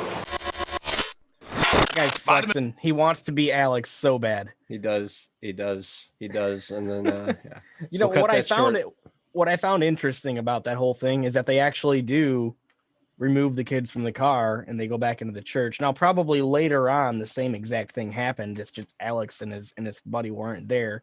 But I don't know what to think about that, Adel. I mean, what were we looking at there, do you think? It's hard to say. It's hard to say. I don't trust Alex Jones, and neither do I. Yeah, so that right there makes it hard to think anything of it, right? Like, for all we know, this was a staged scene put on by Alex Jones. That guy in the car knew it was coming. The kids knew it was coming. The police officer isn't even a police officer. And we just watched a short film written, directed, and produced by InfoWars. That could 100% be what we just saw. That could be a human smuggling operation caught on film, and Alex Jones is a hero for stopping it in real time. It could be something very much in between those two things. Mm-hmm. I honestly, Pixels, I have no idea, and I don't even want to guess anymore. I'm exhausted by it. Like, I'm exhausted. Like, you just see so much stuff online, these videos, like everywhere today. Yeah, it's just like, you know what? Like, we played it.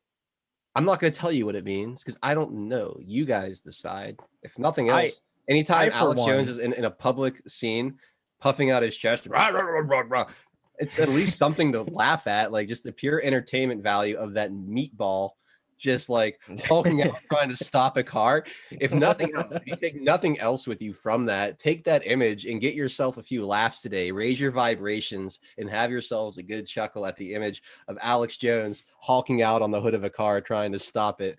But anyway, sorry, I didn't mean to run through you there, Pixels.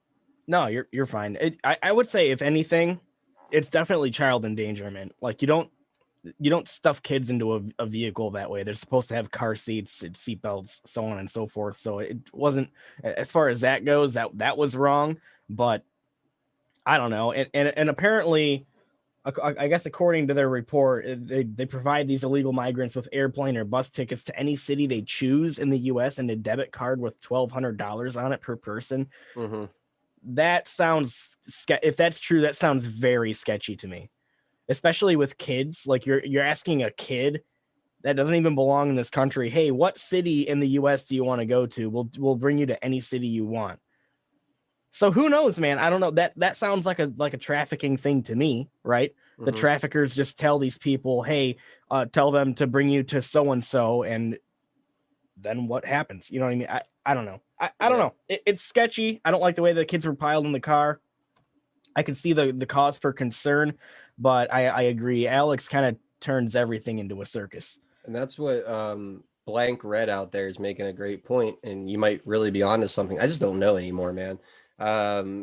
He says, you aren't supposed to trust them. That's why you should listen. You're told the truth and then took it back several times before you do your own research. It was probably real human trafficking, and now he made it look dumb, so you all fell for it and think it's fake. That's how Alex Jones works. You are welcome. Dude, I am well aware of how Alex Jones works, and that's why I'm saying I don't know. I didn't say it was fake. You're putting words in my mouth. I'm saying I don't know what to make of it. I'm saying it's somewhere between a total staged event and Alex Jones actually stopping it, and what you're saying is right in between there. So we're on the same page. You seem very sure of it, and I think your perspective is very insightful, and you're probably onto something. I'm just not ready to say that with any sort of certainty, not on that specific situation. I agree, though. That's exactly what Alex Jones's role is. I don't think he's a good guy. I don't think he's out there to help the country or out there to help us gain our freedoms back or anything like that. I think he's a controlled opposition there to illegitimize our movement. No, yeah, certainly the way he acts at this point, especially since he's kind of even amped it up even more, it's like, how could you think anything other than he's just somebody there to be right about certain things and then just to be completely ridiculous about other things. And the way that he delivers everything is so over the top that people won't take him seriously. And then by proxy, people won't take people like us seriously. So I think that's the major thing that he does. It's like his main purpose is to make us look ridiculous, and he does a very good job at it.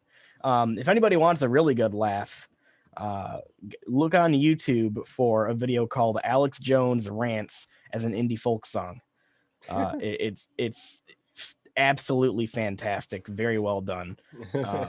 And I actually unironically listen to it now. Like it's funny. So, they do like heavy metal music too, with him ranting in the background. Oh, I'm sure that Dizzy Kincaid, my buddy Dizzy Kincaid used to send me videos of just like the hardest thrashing heavy metal you've ever heard, and just Alex Jones over top, just the gay and breeding vampires, they're coming, the globalists. It's so good. I want to play another video. This one is much shorter, and I think is awesome. Pixels, I don't know if you've seen this video of General Flynn. Listen to the question, and I apologize if you were watching my show earlier, and this is going to be a repeat, but it's uplifting and happy, so deal with it. But Pixel, I don't know if you've seen this. Listen to the question he's asked, watch his face, listen to his response, and tell me it doesn't inspire some level of hope with you. I just want to know, are we still under the corporation, or are we under the republic? We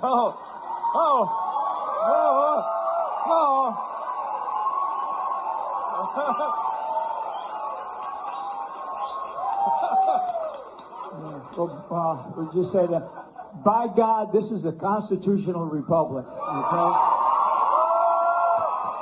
And by the grace of God. There it is. One more time. Watch his face. I've been breaking this down all day since I've watched it. And maybe it's because I'm just so desperate for hope subconsciously that I've been doing it. And I feel like I've been pretty level-headed about this situation from the start, but I see this and man, that was a real shit-eating grin, wasn't it? That was very sincere. I broke this down in such detail in the last show. I'm gonna do it again here because I want to be the hopium dealer for a minute here, even though I don't like to do it. But just again, watch it again, and then let's really talk about what we saw here. Still under the corporation, or are we under the republic?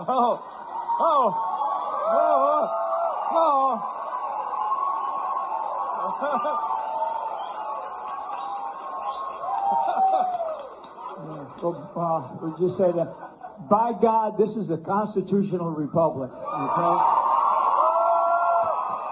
And by the grace of God. All right. I love the guy filming, just nervously laughing. Yeah. Like, what? That's like, well, like, okay, could you? Well, that's a big moment right there. Like you're filming that, and you're like, holy shit! Like this is like one of those questions that could break our spirit or lift us up, depending on how he answers. Right. Like, oh shit, what's he gonna say? It's, but no, but you watch that.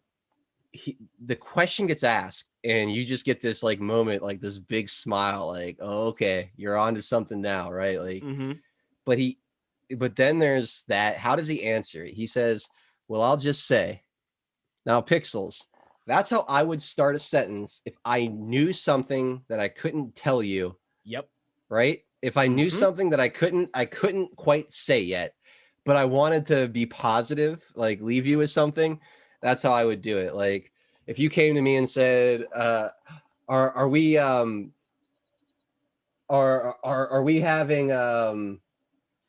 I don't know, McDonald's for dinner? If you're a big McDonald's fan, if your little kid comes up, am I gonna get a Happy Meal for dinner? And I couldn't tell him that just yet, but I wanted to, get him. I don't know, but I'll just say you might have a new toy by the end of the night. Like you might have a new little toy by the end of the night. Like there's something there. I don't know. There's something there. I don't know. Maybe I'm reaching. Maybe I'm being overly optimistic, but I felt when I saw that, I'm like, man, this guy knows something. He expects something. He wants to answer that question, but just isn't quite ready to yet. Yeah, I agree with you. I think that I think that the biggest thing about that video that tells me something is just the look on his face. That grin. It's he really just like brightened up when he was asked that. So I don't know. It seems positive to me. Now, what it can mean, I have absolutely no idea, but maybe something good. Who knows? Real quick, I want to say some thank yous. We've got Lady Peas, who donated Diamond and said, great show, guys. Well, thank you very much. Appreciate it. And I think some other people have been following and stuff and throwing us some lemons. Peggy Rose followed. So, hey, thanks for following. And then there's a comment, FVEET over on Foxhole says, I disagree with that statement. Pixels, Alex Jones is not Frank Dilly or Adel. I don't know which statement you're disagreeing with, so let me know. And I saw that too. I was like, I didn't know that. Okay. But yeah, no, I think so. Like if the Republic was truly dead and we were going to be under the rule of the corporation for the rest of our lives, unless General Flynn is the greatest actor I've ever seen, in one of two contexts: either he hates our guts and is really good at not letting us know it, or he thinks it's all over and doesn't want us to know it.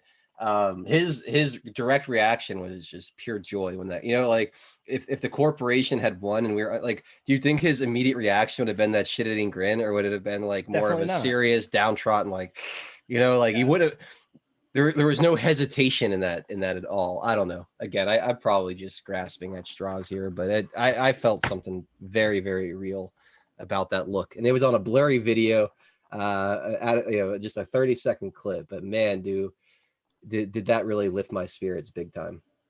Yeah, absolutely. Speaking of lifting spirits, I don't know how much this is going to do it for you, but I guess we'll give it a shot here. From Just the News, Indiana Attorney General to probe whether big tech is limiting conservative content. Now, I already have a problem with this.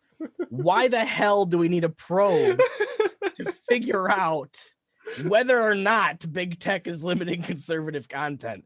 I think we can all kind of tell that they are. So I don't know What is this other than just? It's like a bone being thrown at us. Like we're a dog. Like, yeah, go in the corner and chew on that and just shut up. That's how I feel about this. Am I wrong? I don't know what this is. This is just the news. Indiana Attorney General to probe.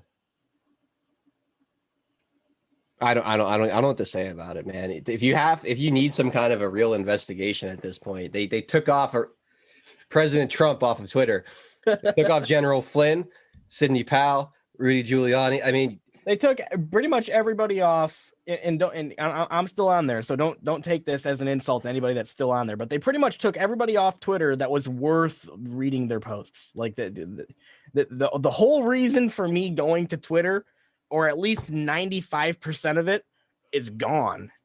Yeah, it's a total wasteland. No, it's funny. Yeah, probe away. I hope it doesn't take. I hope their budget is small. Here, you want to probe? I'll give you one phone number. James O'Keefe. Give him a call. Yep. Just give James O'Keefe a call. There's your probe. He's got everything you need to answer all of your wildest questions about whether or not big tech is limiting conservative content. Are you freaking kidding me? And it won't be coming from James O'Keefe. It'll be coming from the employees of Twitter, Facebook, et cetera, et cetera. It'll be coming from their mouths, and they've got it on video. So I don't know. Yeah. No probe required, Indiana Attorney General. Thanks for acting like you care. Yeah, I can. Let's just end that probe right now. The answer is yes. The answer is a resounding yes, yes, yes. They are limiting concern. I'm gonna make a probe. I'm gonna probe. I can tell them to never mind. So this is from Breitbart, and it gave me the same kind of feeling. Georgia Secretary of State, Brett Raffensperger, refers 3 counties for investigation for violating absentee ballot regulations.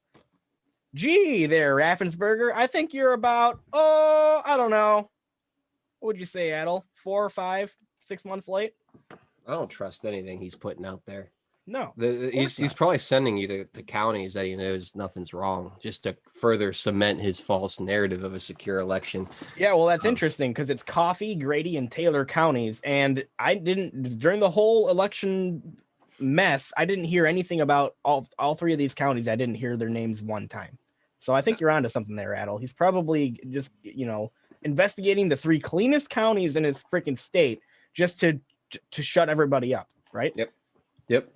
So 100%. I think what a little rat, freaking I think that's 100% what you're looking at there. Yeah. So and next we have Biden to issue executive order requiring background checks for so-called ghost guns. Now, so apparently you need a background check for any projectile firing device that you create yourself at home. That's what he wants to do with this, apparently. So yeah, Biden will direct the administration to require background checks for buyers of ghost guns or homemade guns that lack serial numbers. So I don't know about. What do you think, Adel? What's the response to this? It's unenforceable. Yeah, it's completely unenforceable. This is part of the push to apply a background check to all private sales and stuff like that, right? No, this is a sad. What this is, Pixels, in my opinion, is similar to the Indiana Attorney General probing, to see if big tech is doing anything wrong. Probably just to shut people up in the state of Indiana. This is Joe Biden trying to shut up the left that are hungry for a gun control bill. Now, I don't know if this is the only part of the executive order. There might be more to this, but this is all it is. If it's about ghost guns, first of all, how many, just live chat, I could be wrong because I don't follow every story, but put up a number of how many stories you've seen of shootings, gun violence, using a ghost gun. I feel like that'd be a pretty big narrative. I haven't heard this. Typically, whenever it's like an AR-15 or like something they want to go after, like that's the story. Like guy goes in there with ghost gun and kill, So it's an unenforceable thing. So I feel like he's going out there and he's like, I'm going to ban ghost guns, something that there's no way to enforce it. Isn't really a big deal. Republicans are like, okay, whatever.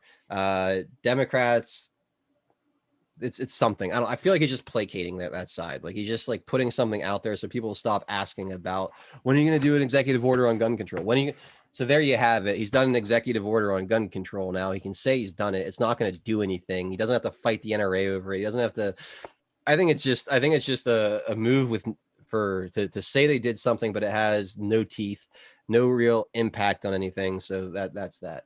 I agree with you, but that's not to say that if Congress were to come up with some gun control bills or laws, it's not to say that Biden wouldn't sign them, because he absolutely would.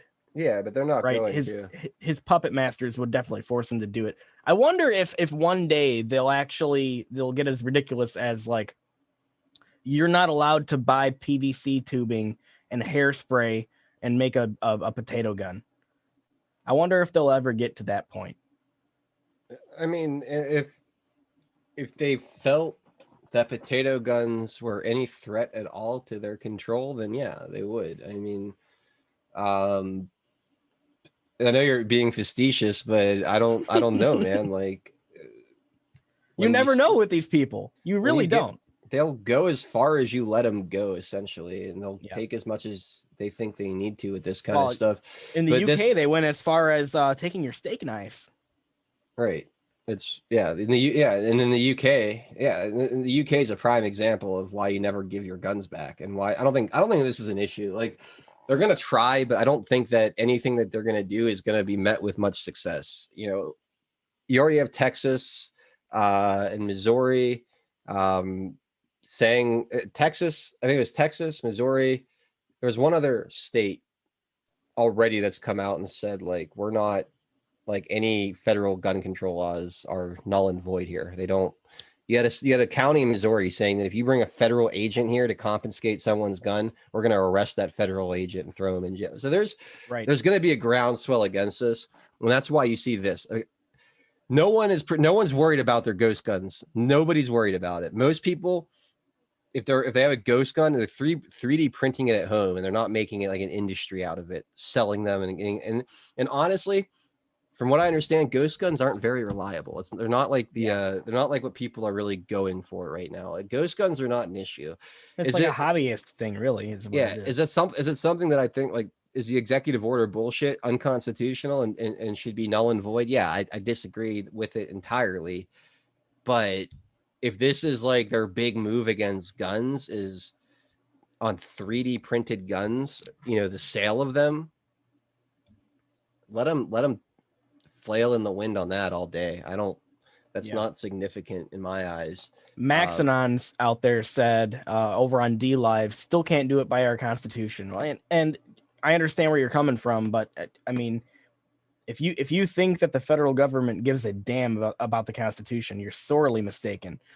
They would rather wipe their ass with the Constitution than actually try and read a couple lines out of it. So that's where that stands. That's most of our government, yeah. Joe Gallo. Yeah, most of our government. I would say most of our government is unconstitutional. Like the federal government itself, all three-letter agencies, all that whole bureaucracy. None of those jobs should even exist. So why would any of these people support the elimination of their own career? Right? And income taxes is unconstitutional. Oh, and so is the Federal Reserve. So there's lots of things that are unconstitutional. It doesn't make them null and void. Unfortunately, I really wish that it did. Joe Gallo out there said, now I want a potato gun. I've got a quick story. I used to go, so in Michigan, there's a town called Harrison, and there's less in Harrison than there is here, Adel. So that gives you an idea of like, it's very, very, very just farmland and like campgrounds. And my great grandfather on my dad's side owned a 40-acre piece of property in Harrison, and we used to camp there. And we had this kind of tradition where every time we camped there, we would make a potato gun. And it was just totally awesome. And I remember, and I was a little kid, and I remember my dad firing these potatoes off into a field, and my drunken, ridiculous, crazy uncles way out there with baseball mitts catching the potatoes. And it was just I have that image like burned into my mind. It was just really funny. So yeah, I don't know. I just wanted to tell that story real quick. Oh, that's fantastic. I like potato guns. I've seen a few of them in action. I've never really shot one much myself, but I have seen them in action. They're awesome. They're awesome. They're a lot of fun. It's a fun time. Yeah. Absolutely. All right, so let's go ahead and move on to the next story here. Former Trump advisor Stephen Miller starts group to help mount legal challenges to Biden policies. Now, I would say this should have been done a little bit sooner, but it's something that I do like to see. After all, during the entire Trump administration, the other side did nothing but obstruct everything that he did. They threw legal battles at President Trump throughout his entire presidency, challenging what he was trying to do. So you know what? I say, screw it. Let's throw the gauntlet at him, just like they did with us. Let's give them a taste of their own medicine. Let's put every single decision that Resident Biden attempts to make, bring him to court, push it through the courts. I agree. Everything. I 100% completely agree. Anything else to say to that? Nope. All right. Yeah, I think that's pretty much cut and dry, right? I mean, yeah. What they did to us, let's do to them. Let's take everything to court. And who knows, maybe we'll actually win a few cases and prevent some of this BS from happening. Yeah. So this is, look at this, Adel. This is rich, man. This is rich like a piece of devil's food cake, totally covered in extra chocolate, whatever. I don't know. Ex-officials, including Trump impeachment witness Vindman. Remember Vindman? Mm-hmm. That little bastard, man. They're signing a letter to create a January 6th commission. So January 6th is the new 9/11. That's where we're at. It was the most horrible thing to happen, and we need a commission for it to figure out what's going on and what are these insurrectionist, white supremacist terrorists planning next, and how did they breach the Capitol? Blah blah blah. I mean, they're just. I don't know. It's just a continuation of this ridiculous narrative that we're all terrorists. I mean, I don't know what else to say about it. It's, I mean, they already had Nancy Pelosi wanting to do a commission, and it got a lot of pushback because based on who she was putting in there, there's still a weird push, man, on this January 6th stuff. Like they're really holding on to this. Because if they let go, what the hell do they have left to hang on to? That's it, man. It's it. Nature Ninja said it a month ago, more than a month ago, months ago, when I was like, after the impeachment was over and they kept just kind of going at this. I was like, they look so stupid. Why? And she just like stopped for a minute and looked at me and just like, I don't think they have anything left. And like from someone that doesn't follow as closely as we do, that watches more from the sidelines and can give kind of like an outsider's like, well, it was just really profound. Like, you're right. Like they have absolutely nothing left. And ever since I've kept it in that context, everything they do around the 6 makes perfect sense. Yeah. It's just like they're desperate and their narrative is dying. Their ridiculousness and their hypocrisy and their stupidity, and their corruption is just all out on display for everyone to see, right front and center.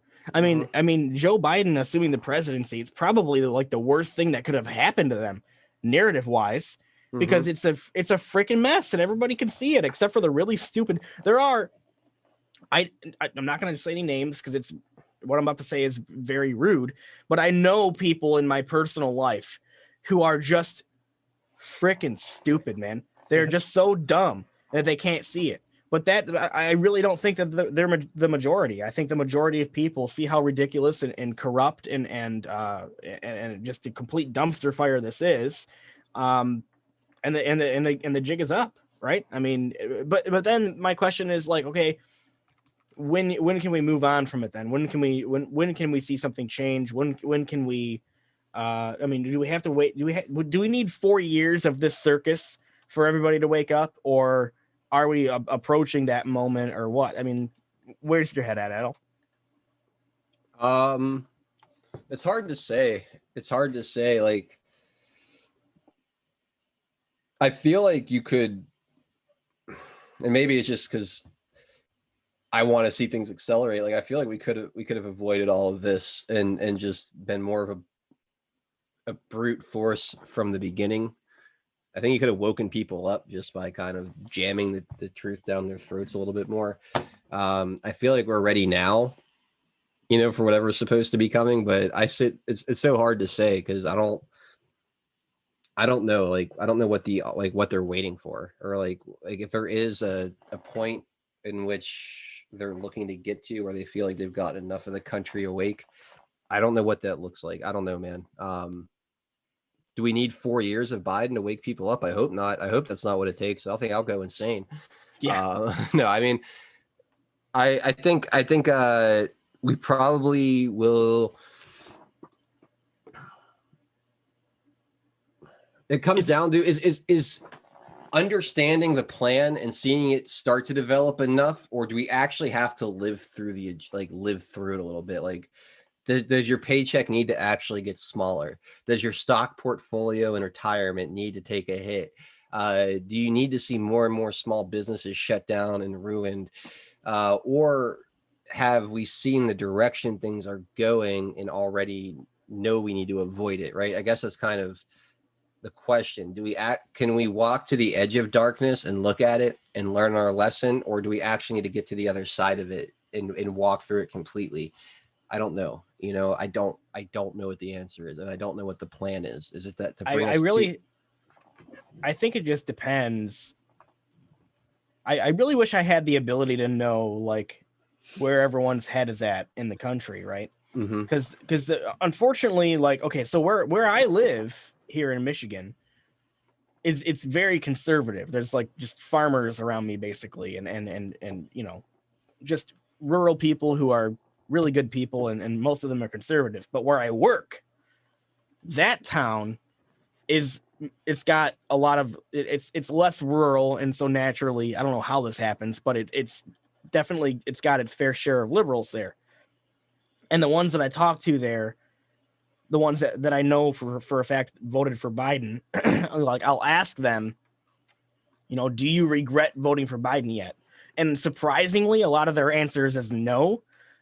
I don't know if that's because they don't see what's going on. They're not paying attention. I don't know if that's because they're watching the mainstream media and they think they know what's going on. Or I don't know if they just hate Trump so much that it doesn't matter. Biden could like literally like go on television and shoot somebody in the head and they'd still love him because he's not Trump.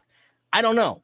And I really wish that I could get in these people's heads. I mean, I even had one person tell me, they're like, oh, well, give me one reason I should be like, I should regret voting for Biden. And it was just I was just like, I don't know, like gas prices. Look at the gas prices. They're increasing pretty heavily. And this person's response, they literally defended the gas prices rising. They're like, yeah, well, you know, it doesn't happen all the time. That was their like, it's okay. Right. So I don't know, man. I don't know. How many people are dumb like that out there? How many people are just freaking stupid? I don't know. There's probably, I would say, somewhere between 5 and 10% of the population that like are. Then apparently I just have a knack for running into every one of them. I don't think that. I think there's 5 to 10% of the population who is, no matter what, will just believe everything they see on TV. In they're like the CNN zombies. I would say like there's a small percentage. The person you're talking to just sounds ignorant. Like it's not.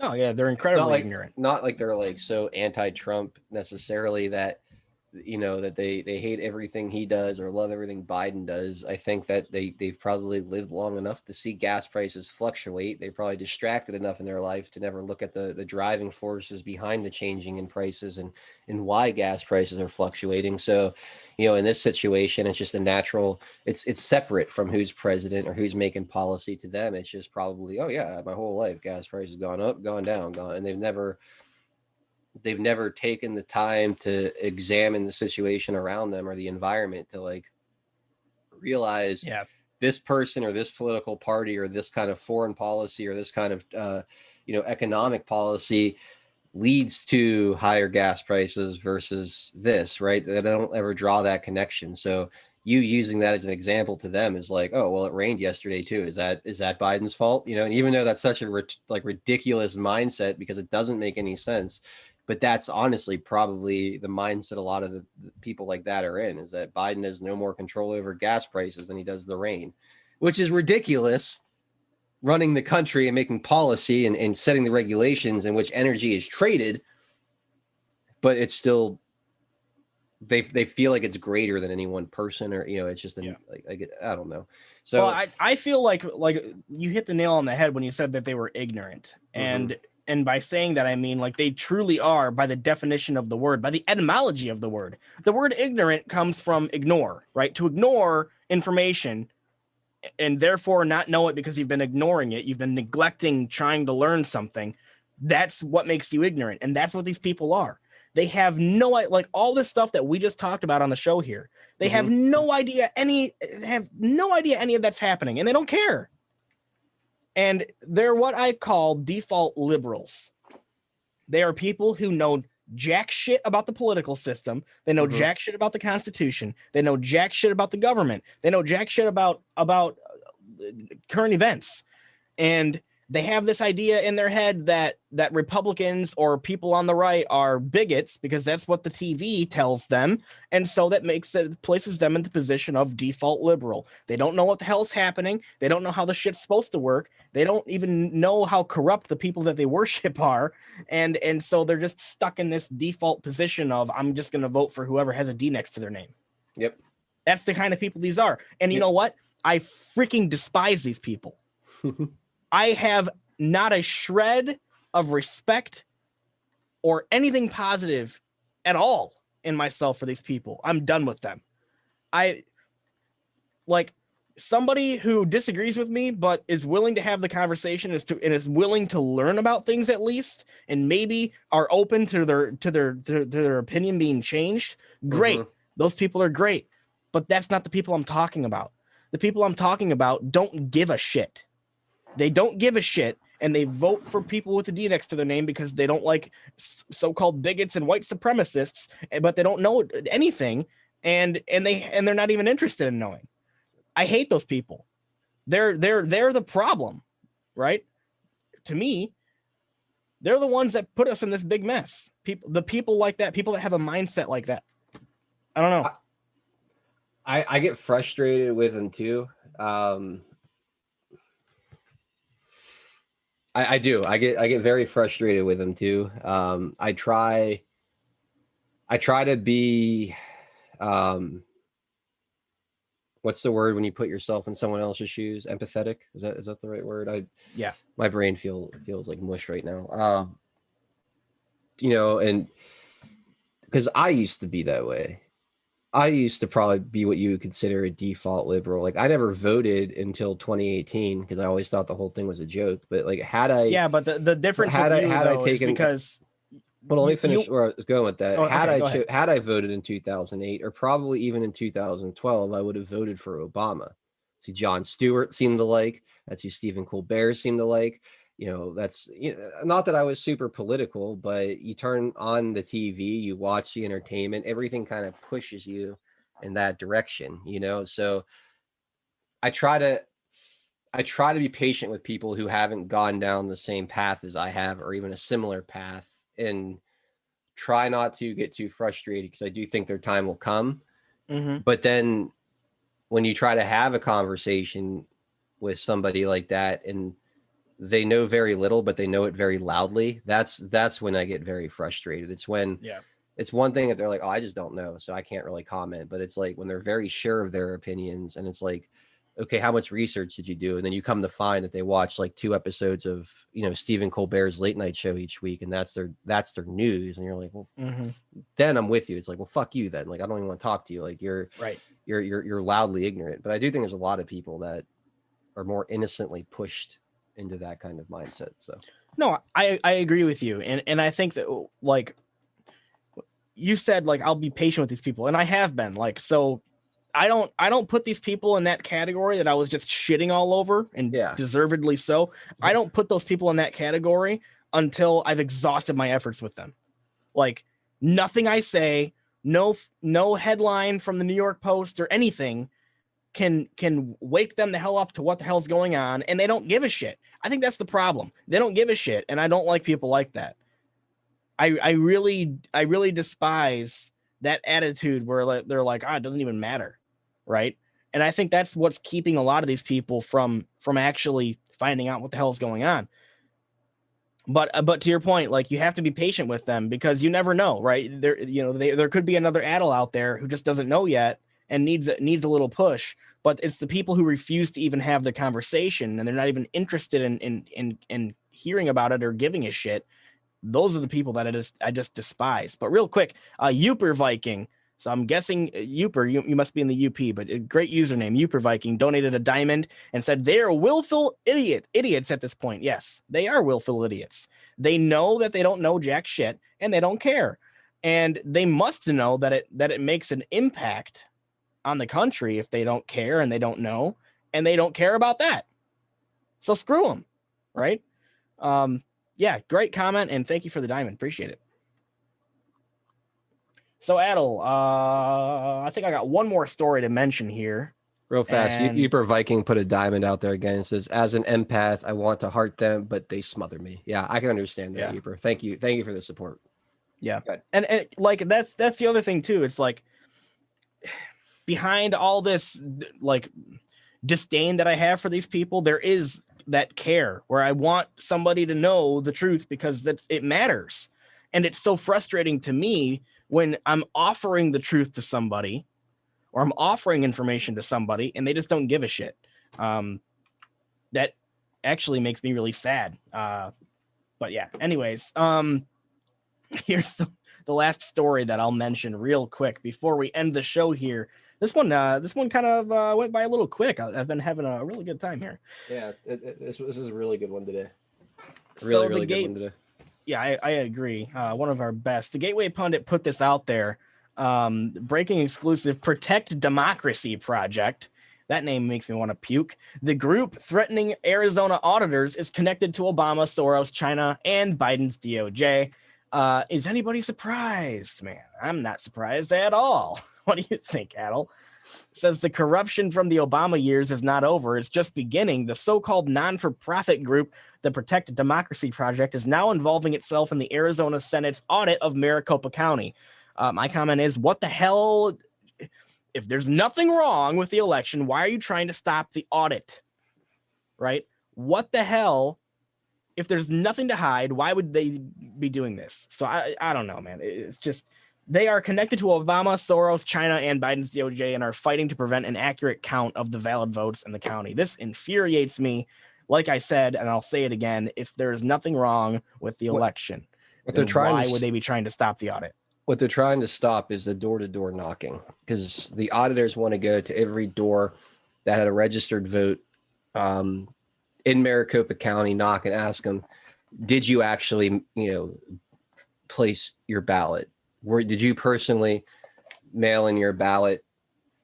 And they want to know, right? Mm-hmm. And they're saying that that's voter intimidation. And I think that they can voter intimidation. There's no election happening right now. No. So how the hell could it be voter intimidation? Well, if it would be if they said, who did you vote for? Right. Yeah. If they said, who did you vote for and tried to get personal information out of them, then that would be definitely an issue. But I think they're trying to make it something it's not, right? They're just asking, did you vote? We just want to know there was a vote in your name. Was it actually you? That's all. That's all I think that they're trying to do, which is not voter intimidation at all. But there is a desperate attempt to stop this audit, because once one falls, they all fall.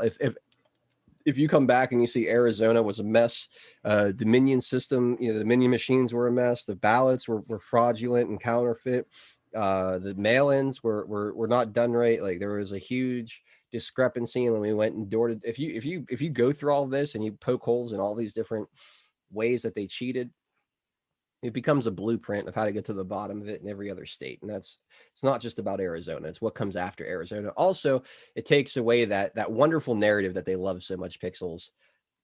Baseless claims of voter fraud, unproven, uncredible. They've been throwing those terms out there over and over again at us. And they won't be able to do that anymore if this audit comes back and Arizona's state legislature says, you know what, this should have been for Trump. We messed up. It's over at that point for the mainstream media and the whole narrative that there was no voter fraud widespread enough to change the result anywhere. So there's a lot at stake here. And there's a reason why you have Soros and Obama and China related groups investing tens of millions of dollars into stopping this from happening. They wouldn't be doing that if it wasn't a serious threat to their narrative and to what they're trying to pull off here. So sure, we will keep an eye on it. If we have patriots out there in Arizona, keep the pressure on. Make sure that there is no backing down from our side here. This is too important, So we really got to rely on those in the state to make sure that they're keeping the pressure on. But from what I understand, Arizona Republicans, Arizona conservatives are fucking pissed about what happened. And there's a reason why Arizona is at the forefront right now. The people there are infuriated because they feel like they were kind of the face of the scam here. It all started when they called Arizona early. So I think the Republicans in Arizona feel extra peeved because they feel like they were the ones that it was their safe that they reached in and really took the goods out of that let it all happen. So we'll see. We will see. Yep. So is there anything else that you wanted to mention before we go ahead and end the show? No, as always, just say a big thank you to SoCo. Laura, thank you so much for all you do for the movement, for getting this channel up, for allowing me and Pixels to host a show on it. Just to really appreciate you and all of the people out there in live chat. Thank you guys all so much for hanging out with us. Billy Baller, if you're out there, if you've been watching this whole entire time, shout out to Billy Baller, my little brother from another mother. Otherwise, that's all for me. Pixels, always a blast. I look forward to doing this next week with you. As always, and catch me tomorrow at 4 p.m. with Dilly and Frank over on We the People Insider for Taking It Back. That's always a lot of fun. That's all I got. Right on. Well, I got a few thank yous to say before we go ahead and end it. War of Shadows followed. So did Uper Viking. So I think Uper Viking is one of our newer people that watch the show. So hey, thanks for the diamonds and thanks for following. And Blank Rad donated a couple lemons, and so did Bless Frank. Appreciate that. And Sugar Plum Bumpkin just donated 1 diamond and said, just cuz, smiley face. So, hey, thank you very much. Appreciate it. And Cat's Meow, too, just donated another a lemon there. So, guys, thank you for your support. And thanks for watching the show and hanging with us and wading through all this ridiculous crap that we're...